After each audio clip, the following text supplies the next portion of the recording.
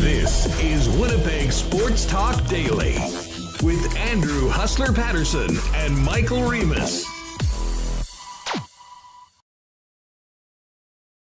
Hey, what's going on, everybody? Welcome to Winnipeg Sports Talk Daily. Great to have you with us here live on YouTube. And for those of us making us a part of your day on podcast, thanks so much for doing it. Great to have you with us.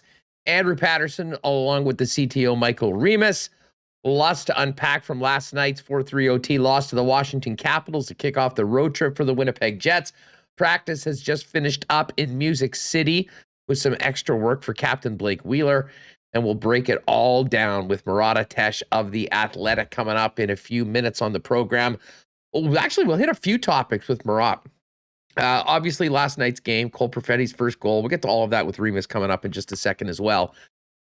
Murat also had a very interesting piece breaking down the value the Winnipeg Jets are getting from the respective contracts on the squad this year, and some pretty interesting results on that. We'll talk to Murat about the methodology used, how he came up with it, and a little bit more about the results.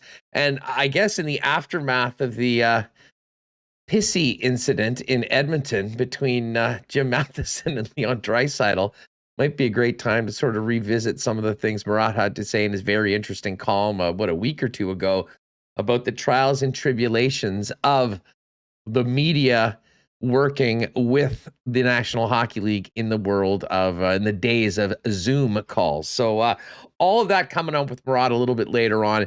And then in the second hour of the program, we will continue to get ready for the biggest week, or maybe the best week of football all year in the National Football League. Matt Verderame from FanSided, great national writer on NFL topics, going to join us for 15 or 20 kick around the 4 divisional games coming up on Saturday and Sunday in the NFL, and get his thoughts on some of the vacancies around the league when it comes to coaching.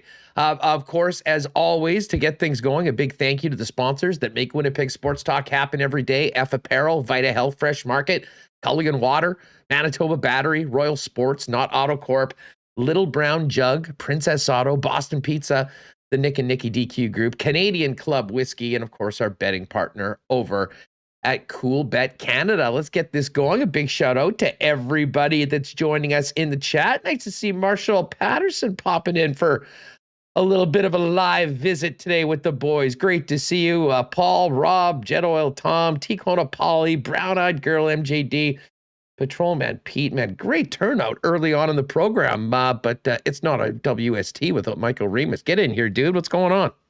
Hey, I'm enjoying talking to everyone in chat. I'm not pissy, for the record, as much as everyone was speculating on that. And yeah, Stonewall Dave says, sometimes yes, not today. Stonewall Dave says, waiting for Remis to do literally anything so we can ask him, why are you being so pissy? And if you're just tuning in, the pissy trending on Twitter for the last 24 hours is Jim Matheson asking Draisaitl why he was being so pissy because he didn't want to throw his team under the bus. Draisaitl, but we're not here to talk about Edmonton as much as I'm here for it, though. Here for it. We've got other things to talk about first, but we'll probably get to that at some point today. I'll certainly have some fun with it, Murat. It was wild, though. I mean, that happened sort of at the end of the program yesterday, and we threw that on. I had a little laugh on it, but holy smokes, it did take on a life of its own. I'll often throw Overdrive on as I'm doing work after the program here. They must have played that clip 4 or 5 different times. I mean, every single guest they had on, let's reset the clip between Draisaitl and Matheson. And of course, it led SportsCenter. And for any of you, I know there's many of you hustlerites out there, as Dustin Nielsen likes to call them, that now makes the TSN 1260 morning show part of your routine. A wild show today for the boys out in Edmonton. I mean, if there wasn't enough to get to already, this was just a little more gas on the fire of what's happening out in Edmonton. And then, of course, they had the draft of the biggest mistakes that the Oilers have made in the last 30 years. We had a meeting this morning, so I haven't actually caught that. I'll check the podcast later on. But it was great to see you this morning live in person. We actually dined in one of my favorite spots around, Sal's. And you are, my friend, looking like $1 million US tax-free. A brand new haircut, fresh look today for Michael Remis, just ready to go. And this is why it's good that we're on YouTube, because if this was just on podcasts, people wouldn't really be able to get the full impact of your new cut. Yeah, I got a new haircut. Shout out to Ken, who been doing my hair my whole life. So I'm here. Felt like, look, if I got a haircut, got a blow dry, not gonna put the hat on as much as I like to, but I'll show it off here. Yeah, I haven't shaved though, so I don't know. It's been too long for that. So maybe tonight. But yeah, I mean, people are saying is pissy in the dictionary, and it is. It means angry, pissed off. It's slang. So in a sentence, it was acting pissy. I don't know. Did they just add that in the last 24 hours? Well, it's just part of the vernacular now. I'll tell you that much, whether they like it or not. And maybe the funniest thing I saw, I can't remember if it was Dusty or Eric sent it over today, or maybe it was one of the responses to one of their tweets. But someone's already done a Photoshop of Leon Draisaitl in a nice, black turtleneck, looking all sleek with a new cologne entitled "Pissy." The smell, yeah. So. Anyways, yeah, that's one of the good things. There's a lot of things the internet and social media is bad for. That sort of thing, though, the funny stuff, lots of it coming out of yesterday. Anyways, we'll have some fun with that a little bit later on. Let's get to last night. A lot to unpack from last night's 4-3 overtime loss to the Winnipeg Jets. Some good and bad. The good, Cole Perfetti looking great with Pierre-Luc Dubois and Kyle Connor and scoring his first goal in the National Hockey League. The bad and ugly knee-on-knee hit from Dmitry Orlov to Nikolaj Ehlers, which unfortunately Remis is going to keep Ehlers out for at minimum the remainder of the road trip. So, I mean, obviously we're going to get to the game, what happened on the ice, to discuss the defense, Logan Stanley, Dylan Samberg, and more, Cole Perfetti. But first and foremost, not what the Winnipeg Jets wanted, just as they get Nikolaj Ehlers back into the lineup after being on the COVID list and missing the game against Detroit. He's going to be out for the foreseeable future, and might be perfect timing to get Captain Blake Wheeler back into the lineup, because that's a big hole up front without Nikolaj Ehlers available. Yeah, he just came back off the list and was making an impact there last night. I mean, we know what the skill he brings. He can skate, he can shoot, and I wasn't really sure about when initially the hit happened. We've seen Ehlers. We know he does likes to use a wrestling term. He likes to sell things a little bit, but on the replay, I mean, it was pretty clear Orlov stuck his knee out. It reminded me a lot of Neil Pionk's hit on Rasmus Sandin, but way more blatant than Pionk's. Pionk's was a total accident. This was intentional, intent to injure, and a guy who was beat in the corner, and he stuck his knee out on Ehlers, and it definitely did not look good. So. Look, I thought Blake Wheeler was going to be out for the whole season and need surgery, but he skated today and was skating hard after practice. We'll get to that. So I thought, so we'll kind of wait and see. I mean, he's out for the road trip. Maybe he'll be out in a month, 4 to 6 weeks. I think that would maybe be the best. Hopefully 1 week. Yeah. Hopefully. I have no idea what it is, and they didn't say. They say he's getting looked at, but could he be out a week? What would it be if he's going to be just a bruise? I have no idea. Yeah, the fact that he's for sure and has been ruled out for the rest of the trip is, somewhat concerning. I guess it's better than saying, hey, he's out for the season or out for a couple months. They'll see how things go. But listen, I like you, and I think Ehlers, sometimes gets a bit of a bad rap, and, some of it maybe was brought on himself. I mean, I think we've all anyone that's been to a ton of games, there's been a number of times when Ehlers has been down and you've legitimately been concerned that maybe something really serious has happened, and, he'll be back out a shift or two later. And I think we were all hoping that was the case last night. But once you saw the replay of what happened, I mean, in real time, it was difficult to see from a television perspective. I mean, that was an ugly knee-on-knee hit. And it's incredible that all 4 officials had nothing for it. I don't blame Dave Lowry for being hot under the collar afterwards that wasn't a penalty. And, again, better late than never, Orlov is going to get a hearing. But, it's one of those things. Does that really help the Winnipeg Jets? No.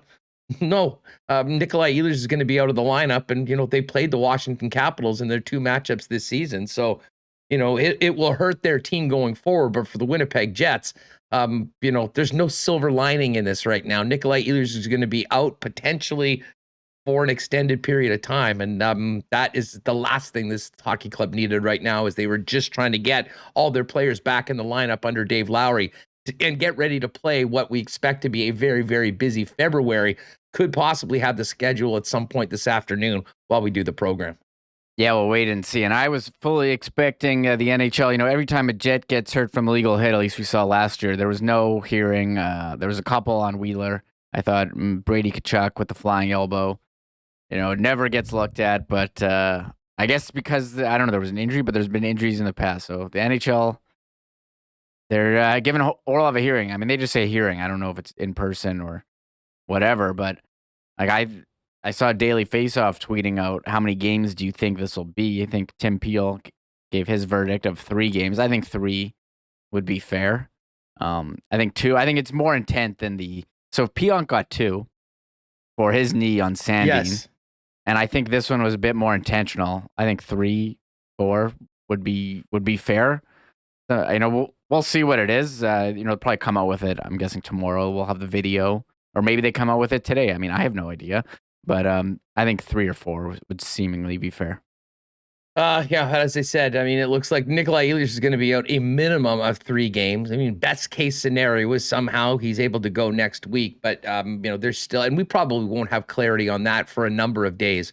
Dave Lowry's going to be speaking for the club. He's going to be focusing on the guys that are with him. I'm not sure whether Nikolaj Ehlers will, travel back to Winnipeg on his own. If we do have audio available from the coach Dave Lowry post-practice today, we'll have it for you a little later on in the program. So that was the part that sucked about last night, Nikolaj Ehlers getting hurt. What was great, though, was, that line of Perfetti, Kyle Connor, and Pierre-Luc Dubois. And it started off, what a hell of a start for the Winnipeg Jets. I mean, Kyle Connor with that absolute laser into the top corner to get the team on the board. And then a beautiful passing play with his new line mates, Cole Perfetti, all alone, makes absolutely no mistake. And what a great moment it was for a guy that we all expect will get on the scoreboard plenty over the course of his NHL career to get number 1 in the books. That was awesome. And we were looking at his odds before the game. I saw a number of tweets from Jeff Kabilis and others saying, I should have bet on that. It was like plus 330, just over 3-1. For him to score. And I mean, he's looked good the last couple of games. He's had chances playing with, some incredible talents in Kyle Connor and Pierre-Luc Dubois. And he could have had a couple after that one. I mean, he got the puck, he put it on net, boom, first goal. And I think the comments that Cole Perfetti had after the game has, you're watching him. I mean, he looks like a kid, talks about, being like 5 when Ovechkin came into league. Thanks, Cole. You're dating everyone here, but I mean, he's looked so good playing with those guys. I mean, you look at the Corsi for percentage. He's at the top of the list now at 5-on-5. Now limited minutes, only 13 minutes. He's not getting the power play time, but I think he's fit in with these guys. He played well. I think he's now with Ehlers out, he's probably going to get an extended look here. And keep it going. I mean, he's making nice passes, getting the puck on. He hasn't looked out of place. It's been awesome. But here, Huss, before we move on, we got to play Perfetti's. Yeah, this is great. This is, obviously asked after the game about what it was like to score his first goal in the National Hockey League.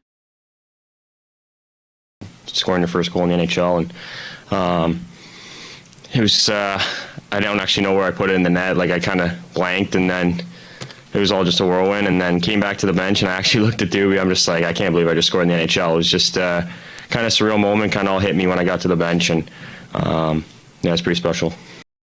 All right, so there's Cole Perfetti remembering goal number 1, one that you'll never forget, and a huge part of last night's game. And Remo said, disappointing that Ehlers wasn't there, disappointing that the team wasn't able to grind an extra point out of getting to overtime against a team that previously was 0-7 at 3-on-3. But listen, a big point. I mean, it's the regulation losses that will kill you. Certainly better than, a pretty good effort going for entirely not.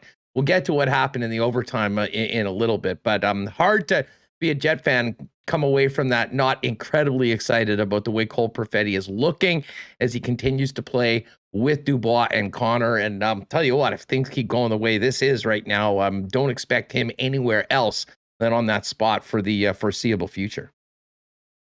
Yeah, I agree with you. I think he's fit in well. I mean, if you're playing fantasy, maybe go pick him up if you haven't. He's getting ice time, producing. Again, he could have had, I think, at least one or two more. So those guys are looking good. I mean, everyone on that line last night scored. Connor, Dubois with the tying, and Perfetti. So I think that's what you want to see. Maybe you'd like to see some more production from the bottom guys. But, man, as far as starts go, I mean, they came out awesome, maybe fell back a bit, but I think you have to rate the top line. Is that the top line now? Like, we can say it, because I'm seeing confusion online. Is it the Scheifele line, or is it the Dubois line? Which line is the Jets' top line? In my opinion, it's the line with Kyle Connor and Pierre-Luc Dubois. And, with all due respect to Cole Perfetti, who's getting a shot right now, I mean, he's a great addition to that, and I think he's making the line better. But it doesn't really matter where you put the rest of the pieces. If Dubois and Connor are playing together, that's my number one line. Now, again, both of those lines are going to be playing a lot. But I think what we've seen, especially from a defensive standpoint, I think you feel safer with Pierre-Luc Dubois out on the ice than you do Mark Scheifele at times. And I guess, speaking of Scheifele, Reem, I mean, we should get to the way things ended in OT, because it was very quick, 26 seconds into overtime. With Nikolaj Ehlers unavailable, Dave Lowry went to Kyle Connor with Mark Scheifele. And unfortunately, both of them had nice views of Tom Wilson putting it in the net, ironically assisted by Dmitry Orlov, who probably should have been out of the game at that point, for a disappointing and quick end to overtime. And a lot of people not really liking the defensive acumen by a certain Jets center when it came to the winning goal at 3-on-3. Yeah, and well, first of all, I think the Jets, getting to overtime, completely well deserved. They played their ass off in the third. I thought the go ahead goal by Washington, off Schmidt's skate and then off Hellebuck and in. I said if that happened to me while playing like EA Sports NHL 22, like I would be chucking my controller if that happened. I would be livid.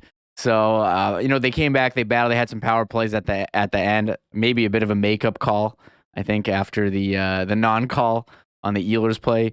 Dubois hammers it in, you get to overtime, and that overtime, I got all excited. I was like, all right, we're going to see some back and forth overtime hockey. This is going to be so awesome. Well, they went back. There was no fourth. It was just one rush.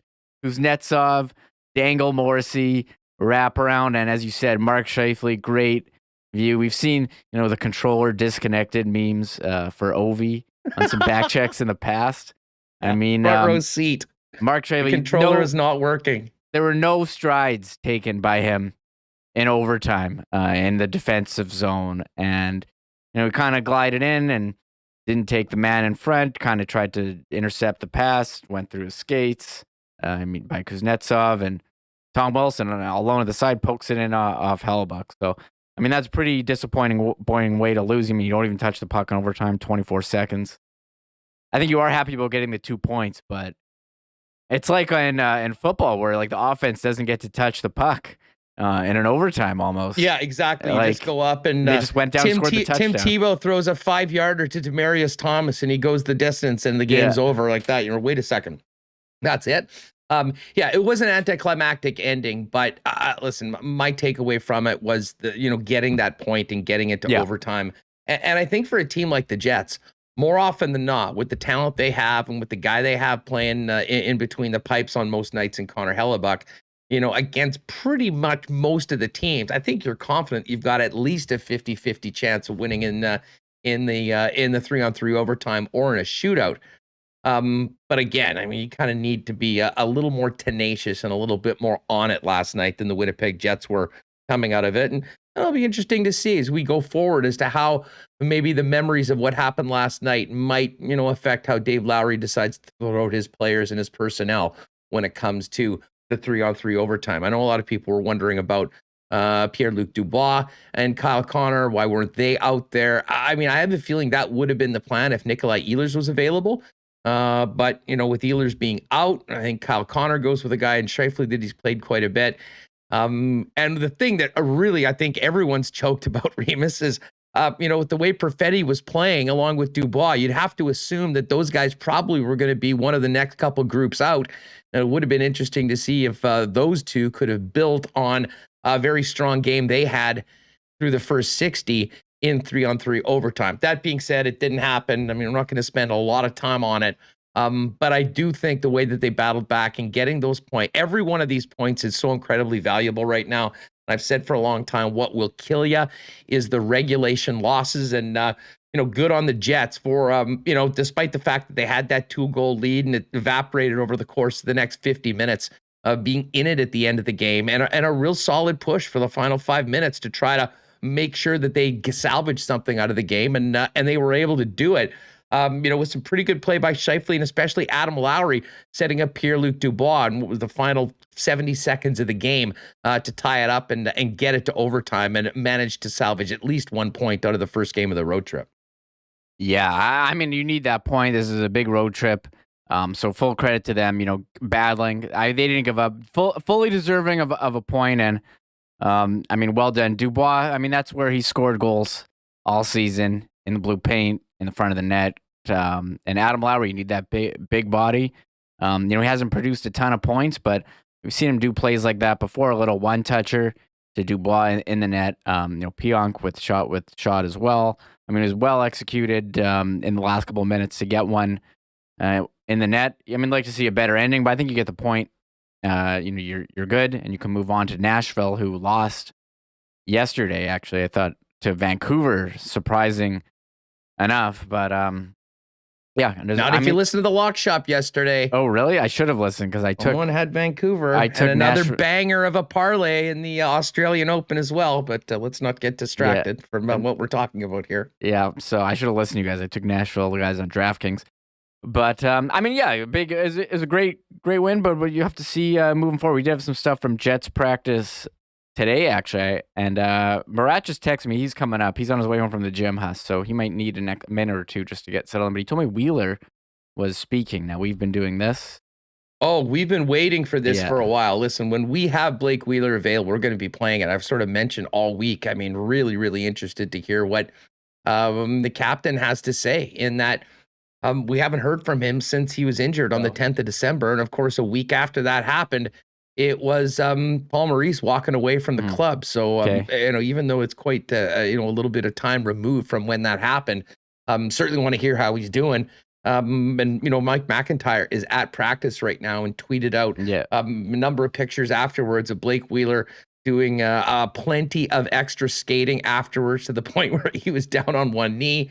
Then a little 3-on-3 game with some of the guys that weren't in the lineup last night. So, getting ready, and listen, with the injury to Nikolaj Ehlers, the sooner the better to get the captain back into the lineup. And I have a feeling he's going to be, I think he'll be a man on a mission when he finally gets back into the lineup after this long layoff with everything that's happened around the club. So we'll get the thing, hopefully the Jets posted, but Mike McIntyre doing a great job here. Here's a video of Wheeler doing some drills. He's playing some 3-on-3.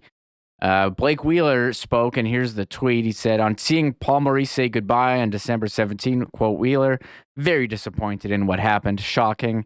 It was a tough time for the whole team. We were stunned for a while. And I don't think that's a surprise based on the game that day against Washington. And then Wheeler continues, he's someone I will forever be grateful for my time with him. Unfortunately, we didn't accomplish the goals for the team we set together. Says the Winnipeg Jets are a different team today than 8 years ago. That's a testament to Paul Maurice and his leadership. So I'm curious what else Wheeler had to say. But, I mean, you knew that they were close. They had a lot of great respect for each other. I mean, Paul Maurice was here for a long time, and we were kind of waiting waiting for Wheeler just to, put the words out so we could read them or hear them. Yeah. Speak to that, and hopefully we'll get that up a little bit later on the program. A couple more tidbits from this, just as it pertains to this road trip and where he's at right now. Wheeler said his chances of playing tomorrow night are unlikely. Said he still has a few boxes he needs to check off before he can play, but says he's getting close. And this is very similar to what you had to say, Remis, about watching Wheeler's injury. Wheeler said he initially thought his injury was going to be much more severe, and that he's counting his blessings that it wasn't. Another silver lining he notes is 9 postponed games has reduced the number that he will ultimately miss. So, we'll just take his word for it and assume that he's not going to be in the lineup tomorrow night. That will mean, the Jets, who are already undermanned, missing Paul Stastny and Blake Wheeler and Evgeny Svechnikov, will hopefully have at least one of those players be ready to move back into the lineup. And, of course, everyone will be on pins and needles to see what the status of 27 is. Because it would really be unfortunate for the hockey club. You go through this period without Blake Wheeler, and as soon as he's ready to come back, you lose, another one of your most important players up front in Nikolaj Ehlers. Yeah, so we'll wait and see what the lineup is like tomorrow. I'm just going through Mike's updates, and shout out to Mike. He's going to join us tomorrow from Nashville. He's done a great job here letting us know what's going on with the team. He said, let's see, optional skate, no Dubois, Connor, Lowry, Kopp, DeMello, Pionk, Dylan, or Comrie. And Dylan and Comrie were in the COVID protocols. No Ehlers, of course. And he said Dave Lowry was not on the ice, but he spoke after. Jamie Compon ran the practice with help. Lowry took the optional. He took the optional too. Flaherty's in town. He's in COVID protocol with Comrie and Dylan, who I mentioned. And I see people asking about Stastny. No mention about Stastny, actually. So I'm not sure. What his status is. So that's something to watch for the next game. But as you said, Blake Wheeler seemingly, he went hard and did a nice 3-on-3 after the practice with a couple of the guys who weren't in game action yesterday. Unlikely to play tomorrow.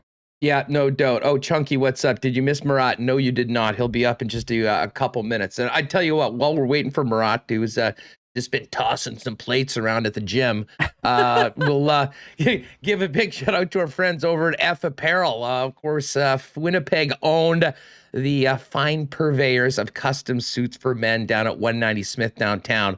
And not just amazing suits, but a full line of custom clothing for any occasion, including dress shirts, winter jackets, casual chinos, golf pants, untucked dress shirts, shoes, ties, accessories, and so much more. Hey, every guy needs at least one suit that fits and looks great, and F's custom-made suits start at just $400. They're the top choice in Winnipeg for wedding and grad suits.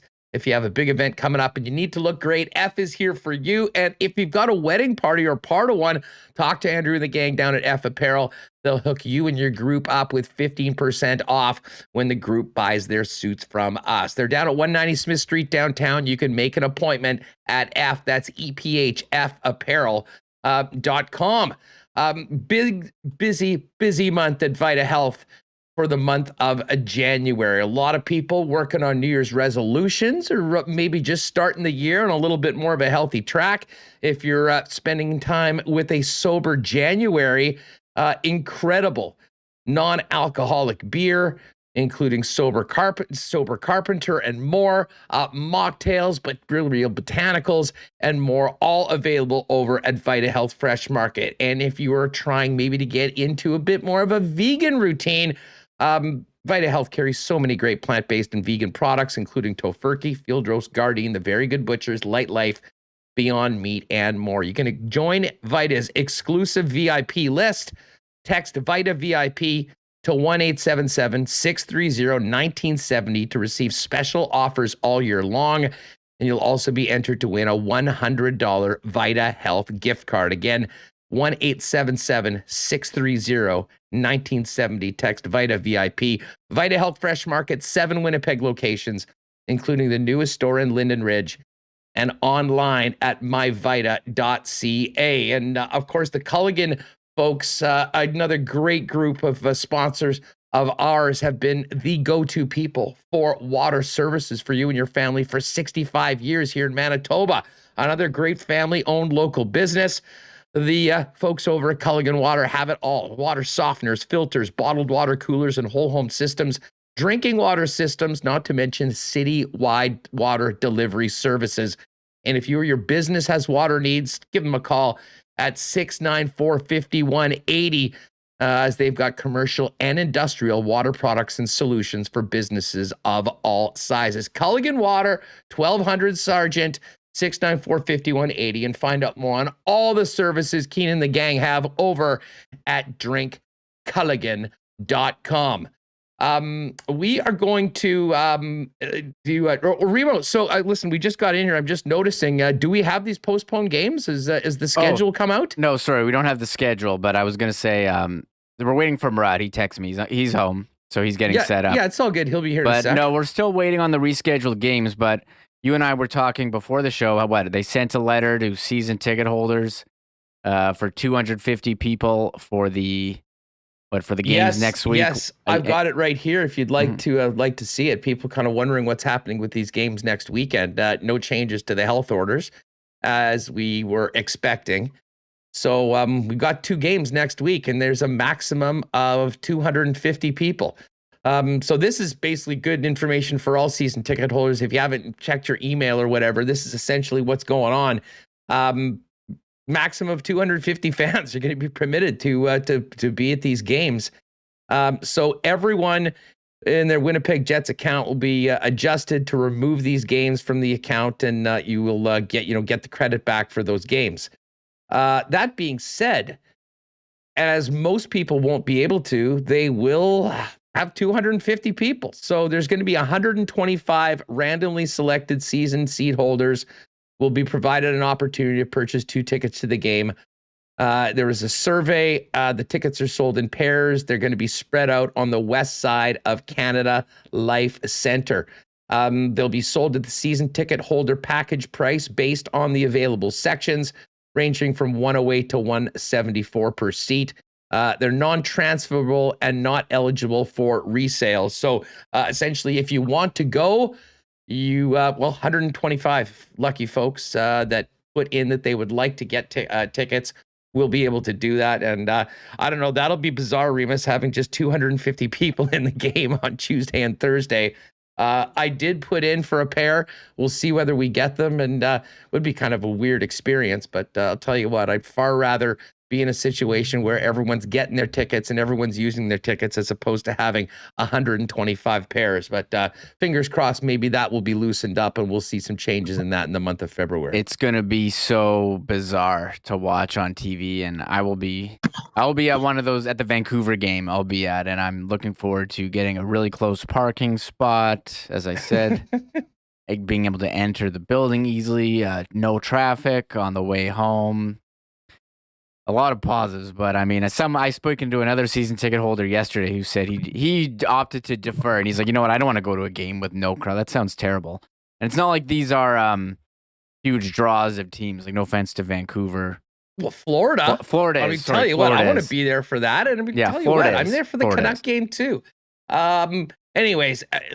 Just if you haven't checked, if you do have season tickets and you haven't checked your email, check it out. There's an update on it. There's a little survey, and if you would like to put your name in the hat to have one of 125 pairs for the games, go for it. I will keep you updated as to whether I was a lucky winner, and we'll see what happens going the next little while. I know we got Murat waiting in the green room here. Before we bring him on, shout out to Tom Brady's trophy case, who says the lineup for the can will be awesome with only 250. I would agree. I think that is another benefit as well. No lineups. I don't know. Like, are they going to have concessions for that? Do they bring the full staff? Like, how is that going to work? I'm so curious. So I hope you win.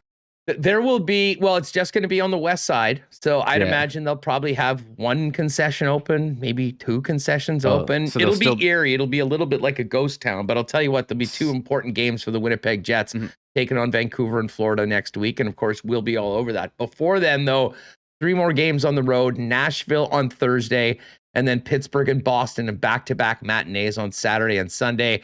And unfortunately, they'll be doing it without Nikolaj Ehlers. So much to get to with Murat of The Athletic, who looks like is Back from the gym and ready to go with us on WST. Good day, my friend. How are you? Doing quite well. That's how you doing. How are things? You know what? Doing well. It was great to have a game last night. Pretty exciting game. Lots to be excited about on one hand, and certainly some unfortunate things coming out of last night's game. In particular, the injury to Nikolaj Ehlers. I mean, let's just start off with that. I mean, what an unfortunate. Listen, and I said this earlier on. I mean, I think Ehlers, there's been a number of times where he's gone down, and I think fans have been really concerned that maybe something really serious had happened, and then more often than not, he's right back out there. That wasn't the case last night. When you went back and had the benefit of replay and saw the knee-on-knee check by Dmitry Orlov, incredibly dangerous, and frankly, not surprising that he's not going to be available to the team for, at minimum, the rest of this road trip. How did you see it, Murat? Yeah, you know what? On first glance, my impression was that it was a dangerous knee-on-knee hit. I agree with you. You see Nick Ehlers go down from time to time. He'll block his shot. Something will happen, and he'll get back up in time. He'll express the pain. He'll go down. He'll get up. In this situation, I thought Dmitry Orlov had enough time to get out of the way of that hit. I don't think he started out thinking that he was going to go knee to knee with Nick Ehlers. I don't think it was malicious from the moment that the play started. But Ehlers gets rid of the puck, and there's, a beat and a half there where he can sort of dodge out. Instead, he leans in shoulder and knee first, gets knee on knee, unpenalized, unfortunate. And really for Nick Ehlers, who's, at any given time over the last couple of seasons, he's flirted with being the most dangerous Jets player, especially last season, I would say. I don't think he's hit that level yet, but he's been one of so many contributing offensive players to the Winnipeg Jets team. And whatever opportunity he has to join Kyle Connor, having just an elite offensive season, is taken away from him for a play that really didn't need to happen. And that causes a hole in Winnipeg's lineup. Blake Wheeler's still kind of on his way back. Paul Stastny a possibility. Cole Perfetti in the lineup for now. And I think probably for a little while now with the opportunity opening up as well. You just don't like to see Nick Ehlers go down because Winnipeg's outside of the playoffs and you need everybody firing to push back in. Well, you absolutely do. As I said, it's 6 of one, half a dozen of the other. The good news is the captain's going to be ready to come back. You would think if it's not on the Thursday game, and he said it would be unlikely he thought that he'd play tomorrow, potentially on the weekend. But at the same time, when you're taking Nikolaj Ehlers out of the lineup, it's not like you're better than where you started. And, this is a team that's sort of been getting by right now, going through a real tough portion, not necessarily of the schedule with all the postponed games. And maybe it's been a blessing with injuries like that's happened to Wheeler and the COVID list that's been growing over the past couple of weeks, that so many games have been missed. That being said, Murat, that's not going to be the case coming up next month. And we could even, while we're on the air today, have some sort of clarity about what the schedule looks like. But I think we can all safely assume it's going to be busy really right from the Monday coming out of that All-Star weekend in Vegas for the Winnipeg Jets. Yeah, we know that we'll get that answer soon. And even from here, like you say, we know the game density is going to be high. It's going to be more like last season where they were playing roughly once every other night, ever so slightly more often than that most teams were doing last season than what we've been made to kind of go through game and then a week and then a game so far this year. So, whereas Blake Wheeler was able to miss more than a month and will continue to miss a little bit of time, it looks like, and not miss a ton of games. Well, you can't say the same thing for Nick Ehlers. And with Winnipeg's top line essentially being Kyle Connor and Pierre-Luc Dubois, whoever they're playing with, now Cole Perfetti, look at that. Look at how much chemistry they're developing.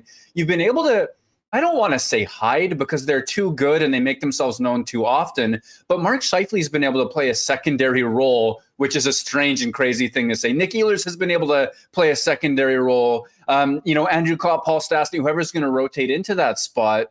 Well, suddenly without Ehlers, everybody becomes all the more important. You're staring down the barrel of an intense string of games. Many of them will be home games, but the density is going to be quite intense. Winnipeg is going to need more than 12 forwards and 6 defensemen to get through that. And every single one of those games is going to be high stakes. I mean, it's one thing to have games in hand. It's another to actually do something with them and make the push for playoff contention. That should be the story of this season. I know they've gone through a coach. There's been injuries. COVID interrupts so many different things. But this is an upgraded Winnipeg Jets team heading into the season. Every conversation we had, it's about the retooled defense. It's about the higher expectations. And those expectations are still real, and they still exist for this Jets team. That's what this push is going to be all about. And oh boy, the drama come February. Well, on a positive note, speaking of up front in the top six, you mentioned Dubois and Connor for the last couple of weeks. They've been practicing with Cole Perfetti, got a chance to play last Thursday. And, with some really great chances. Yesterday was the night that he finally got on the scoreboard. I'm sure you were tweeting like a proud father at time. He wasn't getting thrown off the rock last night, was he, Murat? Special moment for Perfetti, and tell you what, this kid doesn't look out of place at all. And with each and every game, especially playing with guys like Dubois and Connor, we're seeing glimpses of some incredible talent for the Jets to enjoy for the future. Well, I'll tell you what, Huss, I absolutely threw him off Pride Rock last night. I've been saving that tweet for almost a year since I messed up about it in the AHL last February. It's about time we had the NHL moment, and what a beauty! What an absolute beauty it was. I mean, not only does he finish top shelf on a 2-on-1, Pierre-Luc Dubois sets him up with that gorgeous pass, but it's the culmination of a nearly perfect play where 4 out of 5 Jet skaters do something great on the play. And you can rewind it. And yeah, I guess I do sound like proud. I don't know. Nerdy hockey players, I don't know what it is. I've had so many good conversations with the guy. I guess I'm starting to pull for him. I got to watch that ratchet kind of deal. But that play starts with a heady Cole Perfetti play in the defensive zone. He gets the puck on the right wing wall in the defensive zone. He reads one line of pressure is peeling off of him. He sees another line of pressure. He reverses it to Logan Stanley. It's not the best pass in the world because Stanley's got to take it on his backhand, but he has time and space. Logan Stanley, boom, rockets it up the ice. And at the moment Logan Stanley picks up that puck, like if you can get a clip of that, freeze frame. You have 2 Washington Capital forecheckers approaching the goal line with that tremendous amount of pressure. F3 is in the slot. There's a tremendous amount of up-ice pressure from the Washington Capitals team on that play. Winnipeg has read that. I asked Dave Lowry about it in the postgame. Well, there's a pre-scout component to this goal because with that amount of pressure, what Winnipeg recognizes is there's going to be a ton of space between the Capitals forwards and their defense. That's why when Cole Perfetti reverses to Stanley, he bolts the zone to join Kyle Connor, who's way up high already, and Pierre-Luc Dubois, who's way up high already, because there's space there. So Logan Stanley makes that great pass. Connor eats his check, makes his one-touch play to Pierre-Luc Dubois. Boom, you have the 2-on-1. You have a crisp pass. You have a top-shelf snipe. You have the fist against the glass, and then Perfetti on the bench saying he doesn't even remember where he scored or how he did it. He can't believe he scored a goal in the NHL. But that is a complete team goal, doing something the coaches would have asked, that reads the land as it was, makes a quick decision. Everything about that play is celebration-worthy, and then you add that it's a player's first NHL goal. That's a great play. Well, a great play. I mean, great news for the Winnipeg Jets because, listen, I know a lot of fans have been saying, hey, listen, I get it. You got exciting young prospects. You want to see them playing. Sometimes that timeline might be different than management or coaches. But the bottom line right now, Murat, especially with what's now happened to Nikolaj Ehlers, the Winnipeg Jets need Cole Perfetti. They need someone to play in that top 6 on that line and be able to be productive and gel with Dubois and Connor. And he's certainly making a statement that he is that guy for certainly the short term and potentially the long term.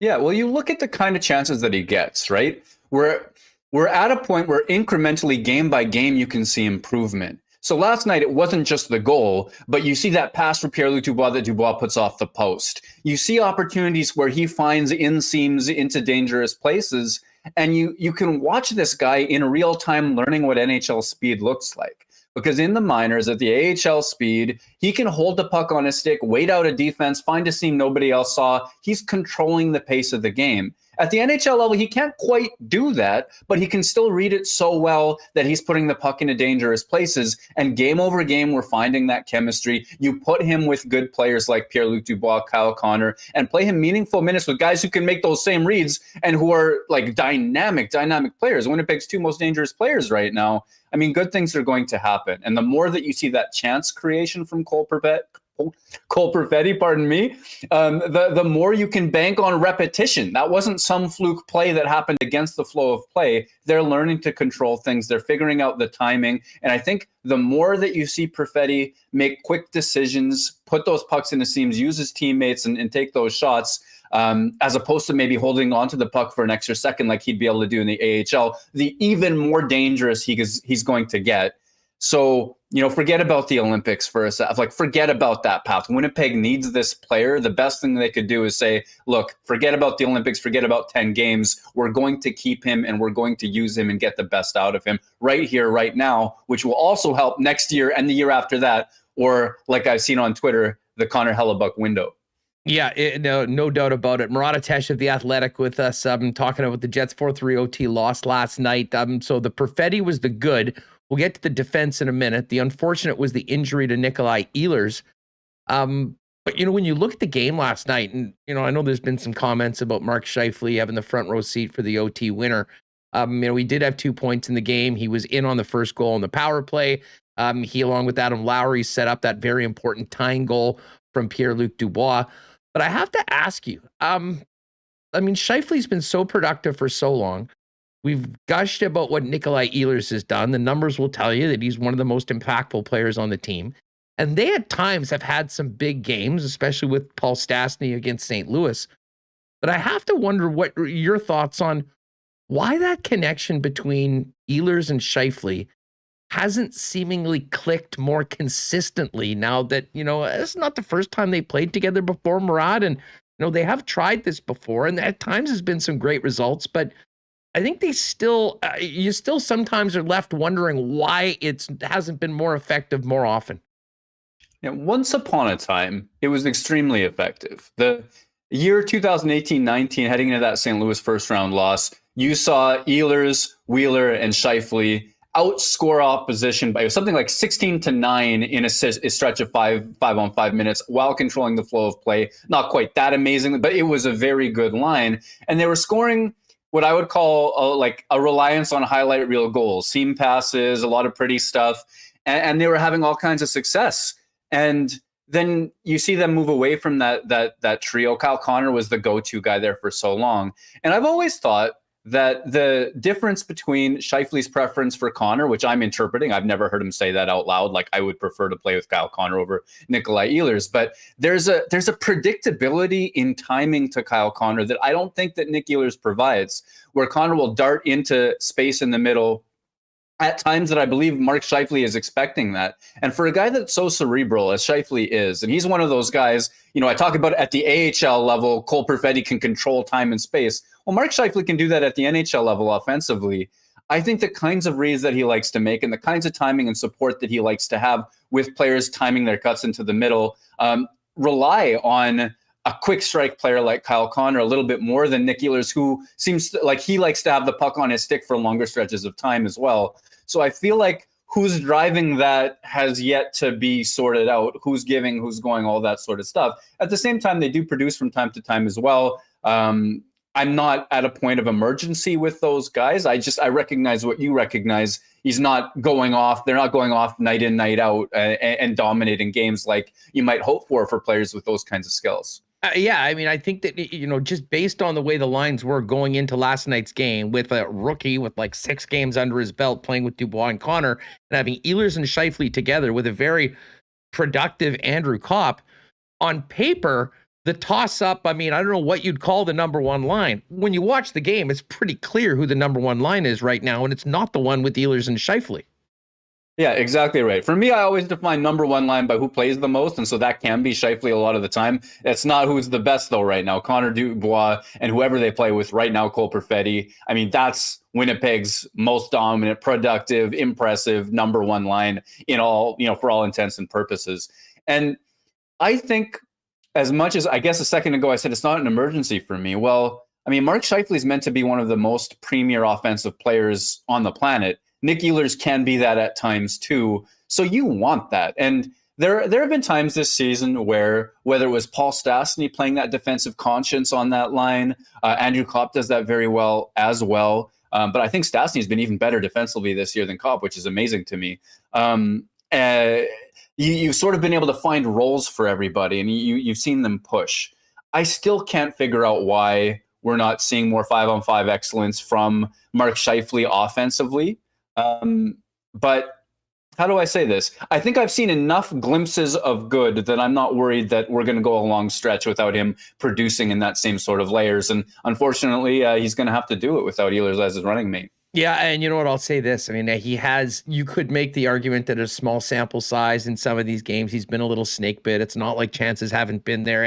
And you know what? I think back to that play, and I believe they were up 2-0 in the first period when this happened. I mean, they got a great turnover inside the other end.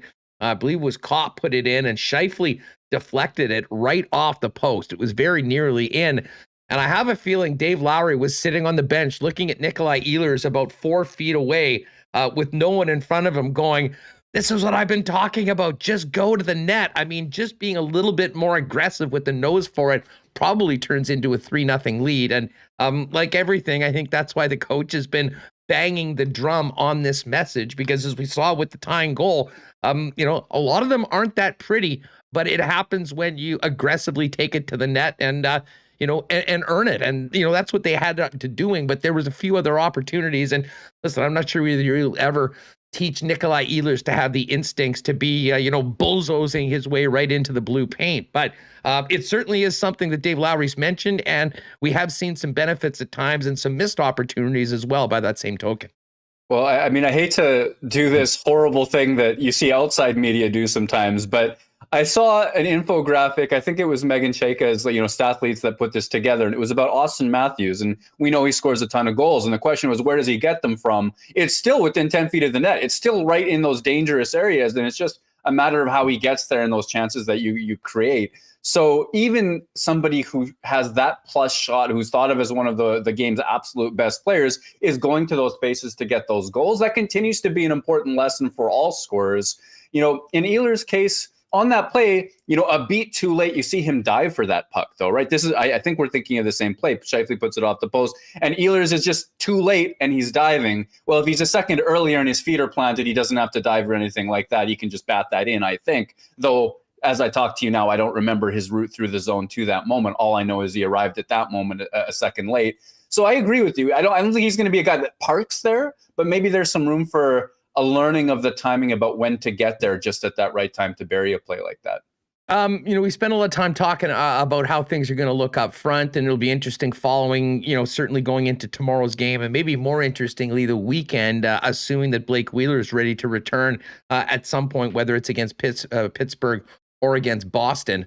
But let's talk about the blue line for a minute. And I spoke yesterday going into this road trip that with the performance of Dylan Sandberg in the Detroit game, the fact that he was back playing with Neil Pionk in last night's lineup, even though other players were available to go in, was a big opportunity for Sandberg, but also said that this was definitely a time that Logan Stanley getting back into the lineup was going to need to play some of his best hockey, because you can see the writing on the wall. There are other guys challenging for spots, and I don't think there's any doubt that in the hierarchy of the Jet defense, he's the number 6 guy.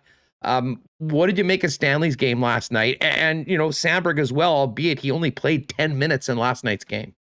Yeah, I mean, I'll start with the good with Logan Stanley. It'll just be an echoing of the previous discussion about Perfetti's goal. For a big guy, for a guy that is known for being 6'7", the size that he is, I think the stereotype people expect is, Chara number 2, he's going to win all the battles, he's going to bully people, all that sort of stuff. And he does win a reasonable amount of battles, but he's not that guy that's just full of anger and rage and Chris Prongering guys out of the crease. He sometimes loses those, misses sticks tied up, those sorts of things. But what he does do well from time to time is move the puck up ice. And on that play to Kyle Connor that led to Pierre-Luc Dubois, that led to Cole Perfetti's first NHL goal, Logan Stanley was heads up. He found the pass. He made the pass. Everything worked well. And I think that was an important play for him, because his last games before his pause was, you saw a couple of giveaways up the middle of the ice as well. And I think when Logan Stanley is playing well, he'll make a breakout pass and he'll make an outlet pass and he'll jump into the play in a way that you might not expect for a 6'7" defenseman. And you're just looking for him to get into lanes and shoot from a little bit closer than the blue line and look for, those incisive plays. And I think that's the next level for him to get to.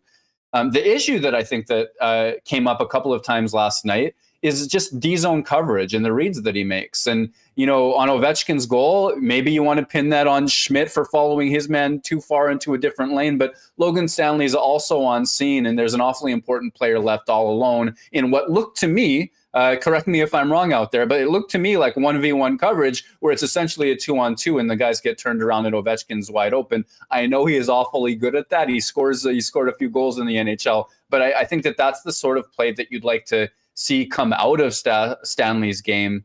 And you see him just a step behind or a step on the wrong read defensively from time to time. Even when he gets to that slot, I want that player to win, an inordinate amount of his battles. And he's sort of in that 50-50 range. I could say the same thing about veterans like Brendan Dillon, who I thought was going to absolutely clean up. I think he still has more to show and will show that as well. So for me, Logan Stanley, there's some good to his game. There's some struggles. I agree with you. He's clearly the number 6. And the most important takeaway from me, I wrote about that earlier this week in the salary cap efficiency, how well does Winnipeg spend its money piece, is that, for the price that Winnipeg pays for him, he's doing just fine. He's as a number 6 defenseman, he's doing just fine. The issue is in, tricking ourselves into thinking that he's a top 4 defenseman in waiting or something like that. At a time when Winnipeg does have top 4 defensemen in waiting named Dylan Samberg and Ville Heinola, in that number 6 position, there are other players who deliver quality that would warrant the number of games played that we've seen Logan Stanley as well. And, I understand the size argument, why you might be drawn to a player like that, but he's not delivering such value this season for that spot in the roster chain that a Heinola, a Samberg should absolutely not be an option if Winnipeg gets back to full health with its top 6. Yeah, I mean, just speaking on that for a minute, I have to admit, there's a couple times last night where I mentioned the guys that I was, watching the game with that. At times puck management, just simple decision making seems to be, it can be an Achilles heel for the Winnipeg Jets. And, we can talk about size and we can talk about grit and all those things. The one thing that Ville Heinola, amongst all of the defensemen, and I would include plenty of guys that are regulars on long-term deals, is that his poise, his decision making, and his ability to make the right play at the right time, I think is something that the Winnipeg Jets could really use. And it was fascinating to see the way things worked with the COVID list, that it was, of all people, Samberg and then Declan Chisholm over Heinola and Johnny Kovacevic, who both probably would have been, on that list to come in and do what he did last week against Detroit. All that being said, though, Murat, I think as much as Dylan Samberg has certainly acquitted himself well, if there's a guy that I think the Winnipeg Jets would be well advised to give an opportunity to see how he fits in, it's Ville Heinola right now. And I think that time might be, coming up very soon. Yeah, I would agree with that. Dylan Samberg, we can speak to the season he's had and the promise that he has. Well, it starts off with an injury. It takes a little bit of time to get going. And then he does get going. He does start to control the flow of play at the AHL level and has been very good. Meanwhile, Ville Heinola, by our Dom Luszczyszyn's game score, and I saw him do a collab with Jacob Stoller the other day where Jacob Stoller was posting stats based on game score. Well, Ville Heinola has been one of the best defensemen in the AHL this season. And that's the sort of player that Winnipeg could benefit from, because the way he does it is through puck management and puck movement and making reads and making plays. And so much of what Manitoba does runs through Heinola. The amount of touches he gets on a shift is inordinate. The amount of plays that run through him is really quite incredible. And I think that kind of puck movement would certainly help, especially given Winnipeg's trying to play fast. There's a coaching emphasis on a variety of breakouts, on quick decisions, on making those passes. Well, Ville Heinola is excellent at that. I look at defense sometimes, and I'm curious to know what you think about this, as twofold. One is the defense that happens in defensive positions, that, what we think of as defending, one-on-one battles, hits, checks, getting the puck, box outs, all that sort of stuff. And I also think of it as not needing to defend. That play that you make that moves the puck up ice, that doesn't look like defense because it's not a hit or a check or anything like that, but it puts the puck into a good space and it keeps it far away from your net and it gives you an opportunity to do good things with it. That's the kind of defense that Ville Heinola plays. And you will grant that he will lose one-on-one battles from time to time. There's no way, despite how mean he is for a guy that's his size, there's no way he's going to win a battle against the 6'7" players consistently in front of his net. But if he's making that play up ice so consistently, which I believe that he can do at the NHL level, and he's playing less in his own zone as a result, the amount of chances you give up go down, the amount of goals you give up go down, what you create in the other end go up. And I think that's the player that people hope that he's going to become. He's certainly that at the AHL level. He's, I almost want to say, too good for that league. He's one of the very best defensemen in that league right now. And the only thing left to find out about his career is if he can do that at the NHL level. And I think at this stage of his career, I mean, it's time to find out. Well, I mean, yeah, I'm 100% on board with you. And I mean, you know, it's interesting the way that you just broke that out, because I mean, I think those two scenarios of playing defense or being a defenseman in the National Hockey League, I mean, you sort of just got to the core of what a lot of the analytic theory and like the what we're trying to gain from some of these measurements. Because as you're right, you know what they always say, the best defense is playing offense in the other team's zone. And if you can do things that avoid the entire time back in your own net, I mean, that is by definition what you're trying to do when you're going out and trying to win a hockey game. Yeah, I mean, you can't win a game 0-0, right? You can't win a game by winning all of your box outs, making all of the checks and never doing anything in the other end. The other thing on this is that, you know, everybody has to defend sometime.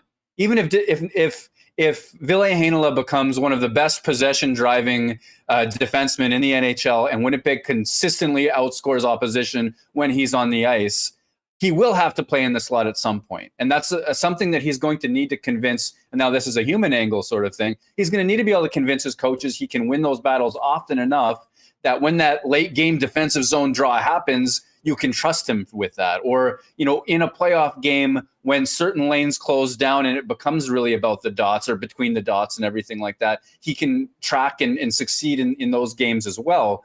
And for me, again, because I go to the math of it, as long as Winnipeg creates more when he's on the ice than what they give up when he's on the ice, then he's helping the team win games. I just think that there is a line of thinking in hockey where if he doesn't look the part or, you know, weigh the right amount of pounds or what have you, I think guys like that can get underestimated. Murat of The Athletic is with us here on Winnipeg Sports Talk Daily. You mentioned your piece in The Athletic about the value of the contracts this year. I do want to get to that in just a second, but just finishing up last night's game, what did you think overall the performance of the club? And is that a point gained or a point lost, considering of you know, the way they battled back to get it to OT and then the very disappointing early exit to the 3-on-3? My goodness. Yeah, I mean, it's an emotional roller coaster is what it is. It feels like a point lost because 2-0 and then chances to make a 3-0 or better. I mean, that's an awfully good position to be in against the Washington Capitals. I cautioned after the first, or in the first intermission, though. I mean, somewhere on Twitter, I tweeted this, like, other than Washington's late first period penalty, there was a change in the flow of play, and the Capitals were pushing in the last few minutes of that period. They have life. They're obviously a great team. They obviously have Alexander Ovechkin, the league's, I think, leader in goals and points right now. That's a dangerous recipe. So there was a chance of a comeback. Winnipeg, you know, let it slide. Washington made the adjustments. There was less space in the middle of the ice, etc. But I was resigned to the fact it was going to be a 3-2 loss before Pierre-Luc Dubois scored that goal. So from my perspective, I guess it feels like a point gained. I liked that goal a lot because I was questioning, why is Adam Lowry on the ice with the goalie pulled? And then he makes a beautiful pass. I was doing that thing that everybody does, the armchair coaching. I'm like, well, I wonder why Adam Lowry is. Should he need to get to the front of the net? Shouldn't somebody like Cole Perfetti be on all this sort of stuff? And then Lowry makes the play that tees it up. And then overtime just felt so underwhelming, didn't it? To end that fast and on that sudden of a play. And I mean, my only takeaway is if Mark Scheifele is going to play help defense, he has to win. He has to win that puck. He has to stop that pass.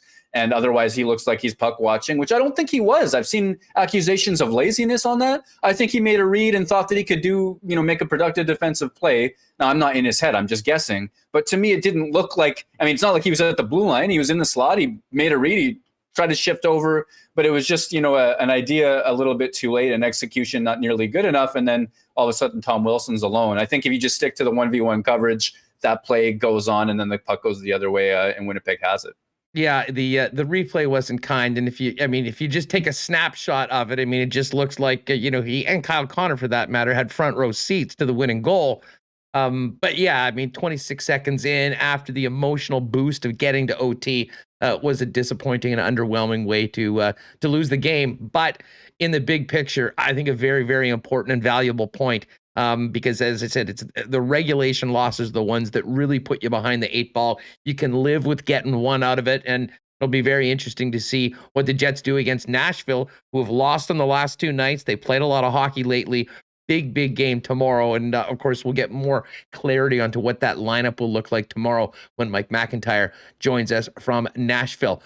Murat, I do want to talk about your latest piece in the Athletic. I mean, a very interesting read on so far through the action leading up until last night's game, what the Jets are getting for their dollar. It's a breakdown of the contracts of what they're actually getting and what the value of it is. If you could, just in layman's terms, what went into this, and how do you calculate what a guy is really worth as opposed to what he's making? I mean, step one is to acknowledge that everything you do is an estimate, and that, this isn't an attempt at rocket science, but it's not rocket science. Step two is to really look under the hood of those catch-all, all-in-one metrics. I mean, I guess I could have done this with WAR-based things, wins above replacement. But what I went to was Dom Luszczyszyn's model called Game Score. And what Game Score is it's one person's attempt to create an all-in stat that shows the quality of a player, whether right now this season, or you can look at multiple seasons of it. It weighs traditional things like points, like, you could just look at the points list and say a guy's having a good season, but it makes a few tweaks. There's more value for primary points, so goals and first assists, because we know math has shown that second assists are a little bit more random. First assists, not as much. I mean, that seems to imply a lot of quality. It looks at things like penalty differential. A guy that draws a lot of penalties and doesn't take any, it helps you win. It looks at things like flow of play metrics, expected goals. And it sort of creates this catch-all statement that says, this is the quality of this player's results so far this season. And I like it because there's some predictive value in it. There's some predictive value in it. It's a well-rounded descriptor of quality and of the results that have happened. And you can use it, and you can use the salaries that players make to estimate a market value for each player. If this player has produced this quality of game score, you can plot it pretty well. And Dom's done this to show, how much should Mark Scheifele be paid based on the 35 games that he's played so far this season? How much should Kyle Connor be paid? And we kind of looked at it, acknowledging that, we're doing estimates. This is math. This is not, our eyes may have arguments and all that sort of stuff like that. And I went player by player, skater by skater, every player's salary, and then every player's game score and what market value that player should have based on how well he's played so far through 34 games. And the whole point is to figure out, where is Winnipeg getting bang for their dollar? Where are they not getting bang for their buck? Who's wasted money or dead money on the salary cap, and who's really quite efficient at helping drive the Jets have success. Well, and folks, go to the Athletic. I mean, we won't break down every number in it. They're a really interesting read. You won't be surprised to see Kyle Connor and Pierre-Luc Dubois at the top of the list, and a couple of the players that are earning their money and then some. And Nikolaj Ehlers, Andrew Kopp exceeding what the Jets are paying him right now. Paul Stastny. Interesting to see Mark Scheifele, we've always said, is on one of the best value contracts in the league at 6.12, coming with a number about $2 million less than that. And as far as the forwards go, a little bit scary when we've talked a lot about the depth of this club and Lowry and Harkins and Tony Nato and Vesalainen. I mean, all of those players right down near the bottom of that list when it comes to bang for the buck right now, Murat. Yeah, there's a lot of players helping, but only a few of them just crushing their contract right now. And Kyle Connor, for example, is scoring so well. He's creating so many chances for himself and for his teammates that whatever defensive foibles that there are to his game, and you can look at the breakdown of game score and see, okay, well, his defensive score isn't really that high. He's playing so well. He's scoring so much. That doesn't matter. He's having a really excellent season. Mark Scheifele used to always be in that same boat. He would just create so much that the fact that he had defensive issues wasn't an issue. He was a value contract. This season, not as much. And it's kind of what we talked about earlier. The guy maybe snakebit here, maybe not dominating there. He hasn't had the kind of season that he typically does offensively to cover up some of that defense as well. The other found money that we got to talk about is Evgeny Svechnikov. A PTO, training camp walk-on, sign him after camp just for cap reasons, and they're getting such value out of him. Whereas players like Scheifele, Wheeler, et cetera, not necessarily as much. And it's fun to dig into that, see, who Maurice used more, who Lowry uses more, who they're getting a lot of value from. And the defense is an interesting picture as well. I won't deep dive that just given the time right now. But Winnipeg has so many veterans signed to long term, and some of them are really delivering and some of them aren't so far this year. And it's really interesting to see which ones those are. Well, I can tell you there's not a lot of cap savings on the blue line, shall we say. And we knew that this was a big area of need. And Jets, went and added some players that have significant contracts. But I think there's certainly room for improvement on pretty much everyone that's playing on the Jet blue liner. Although I did have to laugh at the market value of the Nate Beaulieu contract at negative $3.6 million. Maybe we won't get on that. The numbers, they tell you some interesting things, but hey, Dylan Sandberg was in the lineup, Nate Beaulieu wasn't, and there's no value in there for what a guy means to the room, I guess. That's all I'll say on that. Murat, hey, before we go, what did you think of the it was very timely, and I know a lot of people are putting your piece up from a couple weeks ago when you talked about the challenges of doing your job right now in the world of Zoom in the pandemic. What did you think of the little tete-a-tete between Leon Draisaitl and Jim Matheson out in Edmonton yesterday? I mean, get out the popcorn. I had fun with that one.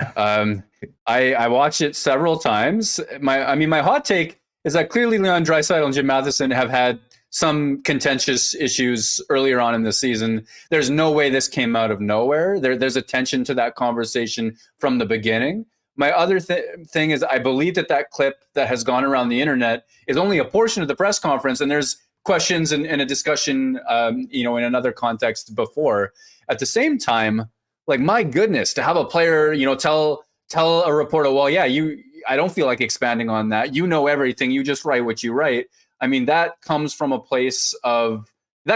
somewhere. Leon Draisaitl was clearly upset in some fashion beyond the frustration of losing. I think that speaks to some history of some kind.